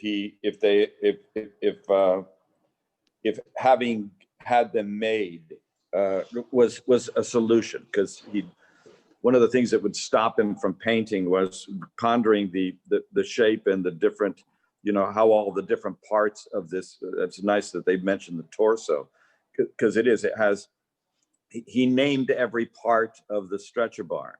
So they had arms and shoes and extension rods, and don't dare call a screw a screw. It had to be a fastener. Everything had to be identified the way that he wanted to identify them. And if he had somebody that was making the stretchers that he had confidence in, then he'd get several of them, and he much preferred to work on several paintings at once, because he could spread the idea. And he was always working on a bunch of different like tabs of color that he would then combine in different ways. So he's but you know, when he would get to the making of the painting, he would literally he said, if you've got it all right, you just sort of fill in the blank, if you know what I'm saying. Like he didn't want to sort of like sit around there and ponder too much as to how it was that he was going to get the paint onto the thing. But I think that was his own technique to pretend that he wasn't sort of like completely focused on it and aware of the situation. He always pretended that somehow, you know, it just had to be done like as quickly as possible. So he was always sort of on the edge of like, you know, saying that something was done in 2 seconds to yes, it taking 30 some odd years to piece the thing together. Yeah, I like to follow what you just said there, Ray. In part because of, I remember right after Martin Puryear retrospective at MoMA in 2008. So a year later, somehow there was a dinner here where Ron sat right across from Martin. And it was Martin who introduced him several new kind of plane so that he can use to work on a certain, you know, edges for his new, to be constructed, because Martin is so sensitive and he knew that Ron was looking for such tools. And indeed, Ron went out and bought several of those and remodified as he readily did. Which brings to my next question. This one actually, you know, I just make it very quick. To Robert, I see Ron share some similar restrained relationship to the format, to the way that Bob Ryman essentially set up for himself, Robert, you know, within the square format, not to say that it's shape, but never to repeat the color white and whatnot. So that's what Ron does the same for his structure and the painting. I think you're right about that. They didn't do series in order to create product, certainly. They didn't do multiples in order to find themselves. They didn't move unless they'd found themselves. And so then they create a series of unique examples of something which belongs to a set of those things, but where the ingredients are unpredictable. You're not going to know what the next one's going to be. And I think I think both of them were entirely intuitive. In fact, not entirely, but basically intuitive. So that Ryman is associated with minimalism, but he was not somebody who made paintings according to any kind of a priori formula. And I don't think, again, I said something about a sonnet form. If you know that you've got a certain exterior framework that you have to work within, then the number of possibilities inside are almost infinite. And in the Ryman's case, you know, there was photographs on his wall in the studio, which he kept, which were taken by Eva Inquiry or whoever. And they were up there all the time because I'm sure in his mind, he would look at things he had made and then he'd think about what was the space between those two paintings? What is unaccounted for in a possible suite of things, but not as items in a chain reaction, but rather as variables recombined this way or that produce a dramatically different effect. Great, thank you. Back to you, Anya. Thank you. Our next question comes from David Malik and was echoed by Sharon in the chat. So, David, oh, I don't think David, but David asks or says that he met Ron once or twice and won't forget it.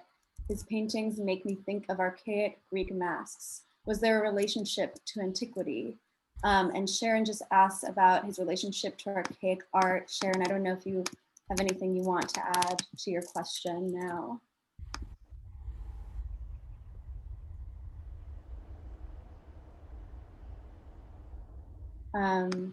But yeah, just what was Ron's relationship to antiquity, to archaic art? Well, he loved the Elgin marbles that were at the Tate. And he said that those were something that had been profoundly influential on him. He would show me pictures of them and things like that, and I didn't understand exactly what specifically he was saying in terms of like identifying a shape or a material or something. I think that he was influenced though by the way that those because they were black and white photographs. I think that he was influenced by the sense of their antiquity, if you know what I'm saying, rather than a specific thing about it. So he also collected different, like, you know, axe heads, stone axe heads, and African masks and things like that. But I think that Ron really kind of liked the magic of the potential of these things. You know, it wasn't as though he was following some kind of linearity to civilization or anything. It was just the kind of voodoo the thing might be able to sort of enhance, you know. So in that sense, he was like I said, he always pointed to the heavens for instruction, so to speak. So I think he had a sort of mythic side to him. Yeah, you know, Ray, again, I'm kind of excited. I'm just going to have to follow through just because what Virginia said earlier when she talked about behind of the structure. Yeah. So, you know, it compels you to see all of it if you can. If it's not hanging on the wall, you can certainly see the back of the painting, which, to your point, his admiration for the Elgin marble partly is the back, the mechanic, what is constructed in the back of the Elgin marble that Ron Gorchov loved as much as the front. And I think that's something very, very essential to the way he thinks. So back to you again, Anya. I like this next question next to the question about antiquity from Mike Rader.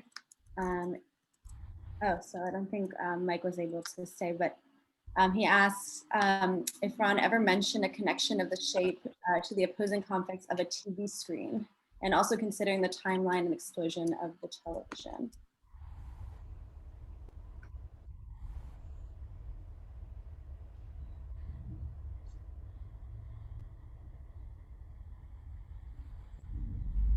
I'm not so sure. The question is.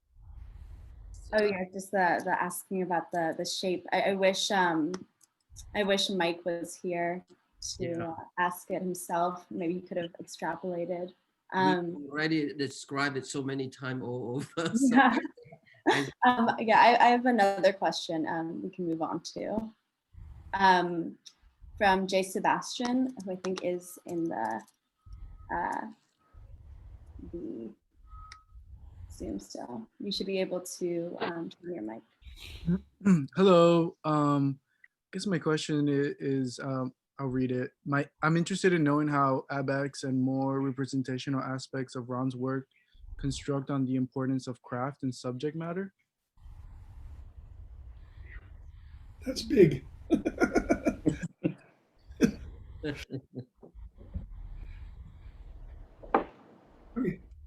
I think abstract expressionism at the time he was coming up was kind of the lingua franca, and he knew members of that circle, and he had looked at them very, very hard. So it was seeping through him as much as anything else. I don't think he was ever, properly speaking, an abstract expressionist. He certainly wasn't a second generation abstract expressionist in terms of stylistic, panache or whatever it is. The Gorky connection dawns on me as being more and more important. Gorky labored over his paintings, took a long time. He was an artisan of painting, not just an artist.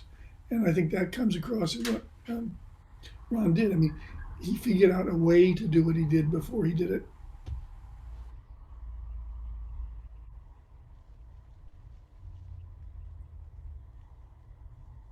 And just to also think about what the difference is between, for instance, the black paint, the painting we looked at that had a black ground and red verticals. There is a fair amount of paint on that surface, not a lot, but there's a fair amount. And then think of what was going on around him at that time. Most of the work that we saw that had any body to it was oleaginous, shiny, wet, and so on and so forth. So to paint a dry painting that nonetheless felt extremely physical, and where the dryness allows the color to speak rather than the surface to shut it down, is kind of, it's the recognition of a possibility that very few other people saw. I think that also, just like you said about it, we've been talking about the fact that he didn't figure that there was a time for him, or that there was a decade for them, or that there was a style.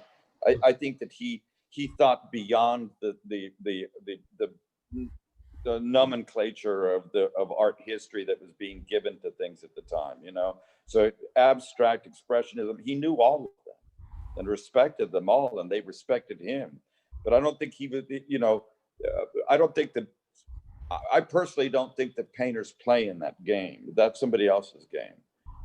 So there's a different level of recognition that painters and artists have got with each other than these terms that exist. And so Ron's capacity to speculate and to try and find an image unseen, because he always spoke of that. He said that there were moments in where there was the potential of a language a visual language that you weren't seeing at your time, that you couldn't recognize something. He said that there was one painting that he had done that Bryce Martin had walked into his studio and said, "Now that's a red painting." And that the moment that Bryce said that is a red painting was the moment that Ron actually saw the red, because he suddenly saw it through the eye of Bryce Martin. So there was I think that Ron was definitively attempting to see things that were in the unseen, and so there was the framework of this canvas, like you said, is like a portal, in which all of these different things can happen to it. So no, it's not a series, and no, it's not, part of a body of work. I think he's kind of like constantly trying to get rid of it, and in that way, finding it again constantly in a different way. And his sense of craft and skill could be found in so many different ways. I mean, we're talking about, when you think of craft skill, you're thinking about technique and material manipulation, but it's his sense of perception, how one could perceive the object or how one perceives themselves in the object, how he's perceiving space or the body is really exceptional in the work. I mean, we're hearing talk about the paintings as bodies and torsos and so forth, but there's also, that's one kind of position of conditionality with the viewer. But then when you start to see those as interior spaces and figural relationships, then you're as a viewer, your relationship changes from confronting another body to being injected into a space, and then contemplating that space in another kind of mental conceptual construct. So this guy was able to alter perception of not only possibly himself as he's making the work, but the viewer as they're engaging this work. They're not only bodies, they're more than that. So true. And I would just mention lastly that, thinking about Ron a great deal, and it's really tied back to Graham's influential book, Dialectics and System in Art. And in regard to the dialectic thinking being a form of analytical reasoning in a way that pursues some idea of truth or knowledge and whatnot, as long as there are perpetual questions and arguments. This is what we love about Ron. And I just want to read this part here that he responded to Robert's question in the real interview. What I learned was the right way to build it was from the start with a rectangle, and the curved part has to spring off of it. Therefore, the structure itself becomes an argument to the rectangle, and that interested me. So he loved to question. Also, didn't Graham explore cubism at some point? Early on, he did. Yeah, so I'm wondering a little bit about how much Ron took that in also as a kind of thought bubble in relationship to his forms. So because their relationship continued for quite a long time, correct? Absolutely, yeah. Absolutely. So I think with that, we'd like to go to Veronica to end the segment before the poetry reading. Veronica, would you mind showing quickly Ron's studio? Is that all right? Phong, Linda Benglis also raised her hand. Oh, Linda, where are you? Can we, okay, Linda's here. I didn't see Linda. Where are you, Linda? Coming. Linda's coming. That's it. Oh, this has been a great hooray for Ron. It's been fantastic. And I only wish I had sunglasses too right now, like yours. Oh, I Linda. can say that it's as if Ron is not dead. I know physically he's not here, but spiritually, to me, that's much more than the physical being at this point, except for those that would love to see his flesh. His mind is all over. We have worshiped him. The artists have literally, if there is no God being in art, Ron was the soulmate of all our wishes. He was the soulmate for all of our art. And I can say that there was never a bad painting. I was really amazed at the architectural pieces that he made. The two pieces on the side of that arched doorway were incredible, that he handled that, or that he painted that in such a way that he made that his own architecture of those two paintings turned that room inside out. For me, Ron was always the mask. He hid behind the mask. And we know that Ron could do anything. He could build towers. He could hide behind the doorway. He could put any mark on any of those warped canvases. Now we have a warped time. The fact that the surface, you could never find the surface, was a trick. Ron was a walking giant when he came, a walking baby giant. When he came to Kirk Gallery early on when the elevator opened. And I didn't believe I saw a man larger than life, pouting like a baby and angry, but taking large steps, surely walked in, saw everything and walked out, and I never forgot that man. And soon I met him in the bar, the Grove Press bar. I was an unlikely candidate as a bar girl, and I was soon fired after a few weeks after Thanksgiving and before Christmas. Mike Goldberg walked in with Ron Gorchov, and they walked in with a set of twins. Lynn Umlauf, one of my dear friends and suite mates at the Bowery, and her twin, Madeline. And I thought I was seeing things because I saw the face, I saw two twins, and it's that. It was is sending on it, he would disappear, literally disappear. Would not say anything. That's it. So we began to meet each other every morning in Chinatown for breakfast. We had breakfast, a Chinese breakfast with soy sauce and scrambled eggs and tea. And then we would go to work. It was a wonderful time, a short time, some few months after I had already quit the job and into the next year. And we began talking on the phone or visiting studios. And that was, our relationship continued verbally on the phone. I moved to Santa Fe 40 years ago. But whenever I was in New York, I always saw Ron, and Veronica was his equal as a painter, is a painter, and intellectually his equal. They continued with each other until his death, playing chess, and she continued making the most exquisite small paintings I've ever seen.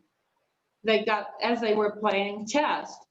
So I can only say that Ron leaves behind not only this huge laud by his closest friends, but also a legacy that can be not even himself. It's larger than was tall. It's larger. He has always been a myth because I can't believe he's dead. He's alive. And that's how I feel. And I know that's how most artists feel about him because we've all exchanged, but he's much larger than anyone I've ever met as an intellect and as a painter. That's all I have to say. Thank you, Linda. It was so beautiful. I will cry in a minute. I gotta be poised for now. Let's see what Veronica can show us briefly. Is that okay? Of Ron's studio, Veronica? And your paintings, Veronica, because you're his legacy. You're it, girl. You're the it girl now. You should have heard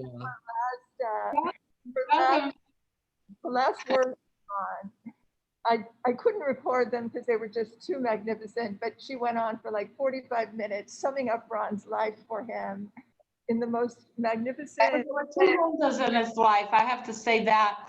And we're each saying something differently. Thank you. Anyway, I want to thank everyone so very, very much. I went to a Knicks game once and I looked up at the scoreboard and it was over 10 minutes, I thought, after it began, which was 2 hours before. That's about how I feel about this as like a Knicks game. It was so beautiful. And everyone, and just, it's so much an embodiment of Ron's work that people speak of it from their heart, from their body, from their mind, from their whole being. And everyone speaks so beautifully. And I'm very moved by it all. And thank you so much. Just a few things I want to clear up. He hated TV, but maybe he was competing with it in some way. Came into his house, his parents started, instead of it having talking and having bridge games and, and being there, they just suddenly got sucked into the TV and he really hated it. But he also was very attention, ADD type of attention. So if there was a TV around, he would just get totally sucked into it. So he said, keep those away from me. So maybe this was his competition with TV. But I think he won. And another time, somehow to put together what you said at the beginning about the wounds and what Julian said. And I don't know, it just was something that seems salient to me, that those paintings, that while they're shields, it's a total paradox. They're shields, they're masks you hide it behind, but they're also a body wounded with, gashes, a wound. And I think of like the Magdalene in ecstasy, because they're like static wounds. And that is the experience, like Linda says, of living with his spirit versus his body. It's an ecstatic, wounded experience, and it's just truly amazing. So anyway, I'm in Ron's.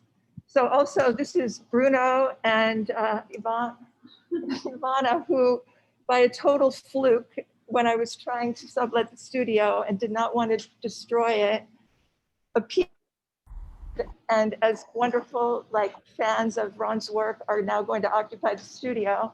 Mariana Smith made a completely magnificent little storage area for me so they can occupy it in a way that's all very magical. And here is Spice of Life, which is still up here,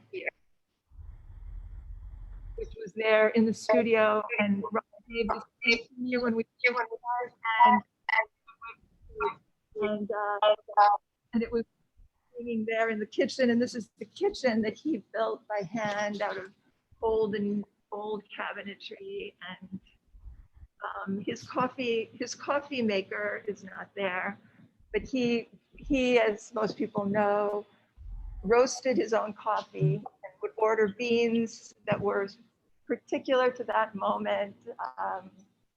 Anyway, the studio is a little different than when he was here, but we have, let's see, I need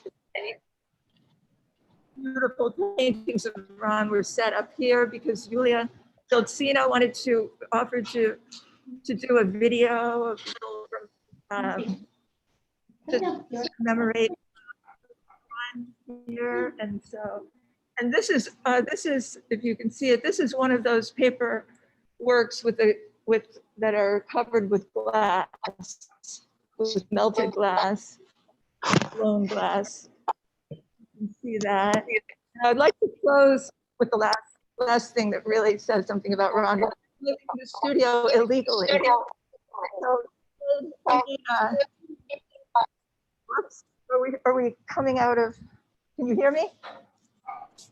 Can you hear me? Yeah. Yeah. Okay. In the studio illegally, we had a lot of clever things that we built together. Painting crates that were doors to a Murphy bed. And then his idea in the closet, which was fronting the door, there's a hole because the padlock would go through the door and seem to be locked on the outside, so nobody could possibly be in the studio because the padlock was locked from the outside, but you could actually remove the padlock by a peg in the closet door. So, and what else? There are a lot of things that, of course, everything, whenever you talk about Ron's work, you always feel like you can just, oh yes, that's the way to look at it. That's another way to look at it. That's another way. And that was, and he also would have stories that he would just keep telling and say, and insights that would just come, oh, why didn't you ever tell me that 20 years ago? But it was an endless outpouring. And it's still an endless outpouring. And I just thank everyone so very much. And thank you. I do think it's worth sharing this, and I feel close enough to you. When Ron, a few days after Ron died, I was walking on Conover Street, and I spied this beautiful blue parakeet flying with the sparrows.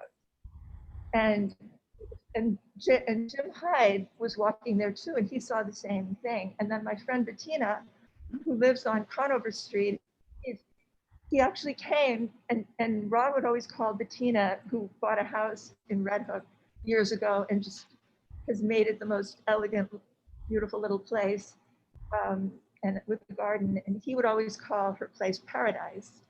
And the bird came and stayed in Bettina's garden for like hours.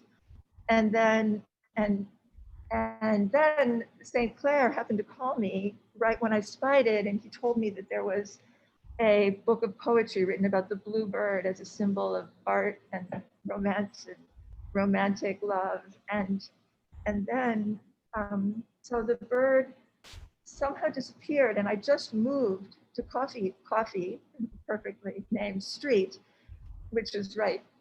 And I just moved 2 days ago, and the bird appeared again 3 months later in Bettina's garden. Amazing. And I told Bettina, well, the boss says I'm not quite worthy of the miracle where it would show up on my windowsill. So I put out food to get him to come to my yard because I'm not ready for sanctification. Thank you, Veronica. That's beautiful. Back to you, Anya. Thank you so much for that beautiful story. I wish we could, keep sharing stories and taking questions for the rest of the afternoon. But we have to start closing out. And at the Rail, we have a tradition of ending lunch with a poem. And we've been able to carry that tradition into these Zoom events and having poets come read with us. And so we're lucky today to have two poet laureates for our lunchtime. Our first poet is Lucía Hinojosa Gaxiola. Lucía is an interdisciplinary artist and writer whose time-based practice results in a corpus of text-based, visual, and sound pieces. She's the artist director of Disonare and recently co-founded Rhizoma, a series of performance workshops for imprisoned women. So Lucía, I'm passing the mic to you. Thank you. Thanks for inviting me to this beautiful, beautiful tribute. It's really nice to see Ray Smith and everyone else. And I'm really impressed just by synchronicity. I really believe in synchronicity, and all the things that were discussed here are really in synchronicity with the poems I will read, that are kind of about the elasticity also of memory and consciousness and the movement of the mind. They are called the telaraña circuit. Telaraña means spider web in Spanish. So I will just start and end quickly. Goes, everything is for projection, like a non-developed film on someone's shelf next to other objects. We're inside the virtual infinity scroll, but the reality of the image will never be revealed by light measurements hitting, waiting for your perception.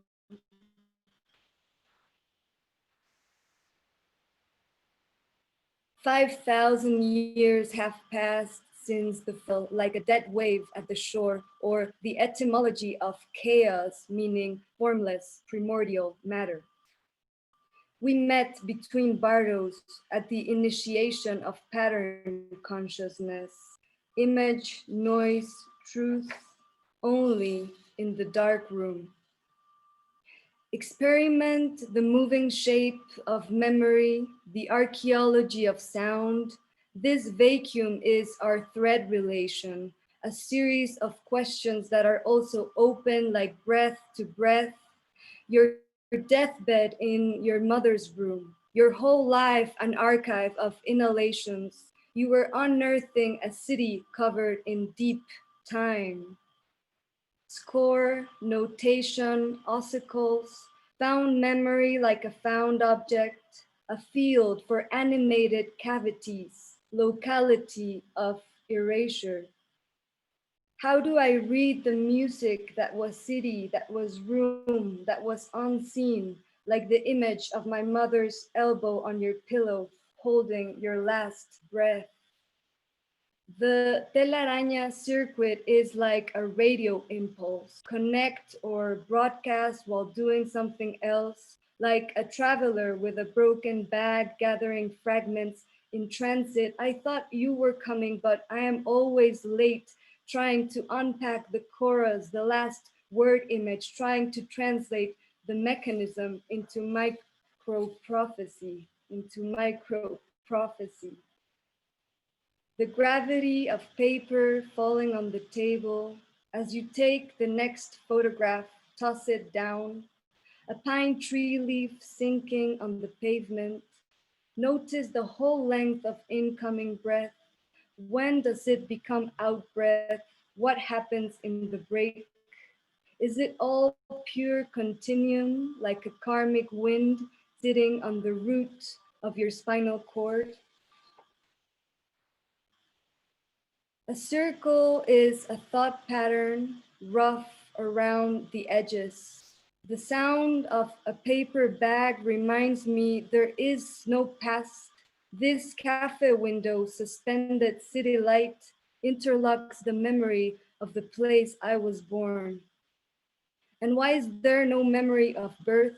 Or probably your whole life is the birth of your memory, a passing millisecond, a slow response. I wonder if atoms are changing shape in this solstice. I ask myself, what is the anatomy of belief? If we cannot see void, perhaps corners are the only form of identity. Thank you. Thank you, Lucía. Our next poet is Vit Bakaitis. Vit lives and works in Brooklyn. A Refuge and Occasion, a book of his poems, is due to be published by Station Hill Press. He has just finished Transients, a book with some new poems and the bulk of translations Vit has done over the past 50 years. And Vit has a poem for Ron. I think it's a perfect way to close out our tribute today. So you can go ahead to be able to unmute yourself.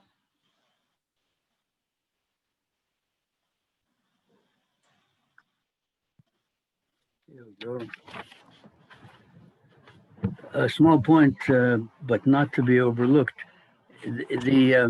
Many of Ron's paintings, apart from the curvatures, many of the two-figure paintings can be seen or read as the opened pages of a book, facing pages of an open book. Now, it's easy to think of you, Ron, now and in the time to come, since you are one of the most personable people I've known. And here I'd like to add my deep sympathy for Veronica. This poem I wrote in response to Ron's work. Ron did read it to himself several times over the years and told me he was fond of it. Scroll emblem for Ron Gorchov. Not parsed or lobbed, but shaped and fused into a tense sun. Its sum makes the cave safe as a ship on stalled waters. Time's curvature to catch the live spark is liquid. It trickles a note of music into random orbit for a calling far summons to a featureless future, and having left order framed out to stake risk, the lines are naked to a flare from a keen forge that's been one-on-one in regarding each ghost face to face, mind testing truculence back of the blinds, response at each station, unassigned packaging, each febrile vibration holds scattering eyes, as bleak as he faced, in effect abandoned, but leaving a trance, we can fold our aim, trusting to silence its elegant vow. In a blanched light, out of the woods, shed these words and submit to a summit all splendor. Thank you. Thank you, Vit. That was gorgeous. And thank you, Lucía. Thank you to Yevgeniya, Lisa, Odilee, Ray, Robert, and Phong. And thanks to Joachim and Vito, who had to leave early. Thank you, Linda, Julian, Linda, and Veronica for sharing your stories and your memories. And thank you all who tuned in today to ask questions and to share. And now you should be able, oh, before we go, actually, I want to mention that this October marks the Rail's 20th anniversary. And we're going to be celebrating that all the way into 2021. So please consider making a year-end contribution to keep the Rail and our special projects free, relevant, and independent. Projects like this NSE Lunchtime Series and our We the Immigrants project. Every amount matters. Our goal is to double last year's participation and reach 500 donors, and I'll post a link for more information in the chat. You can join us next Monday at 1 p.m. for a conversation between Judy Chicago and Maura Riley that will conclude with a poetry reading from Aaron Shuren. And so now you should be able to unmute and sign. Thanks.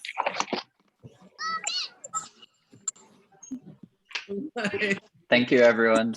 Amazing, amazing. Thanks, everyone.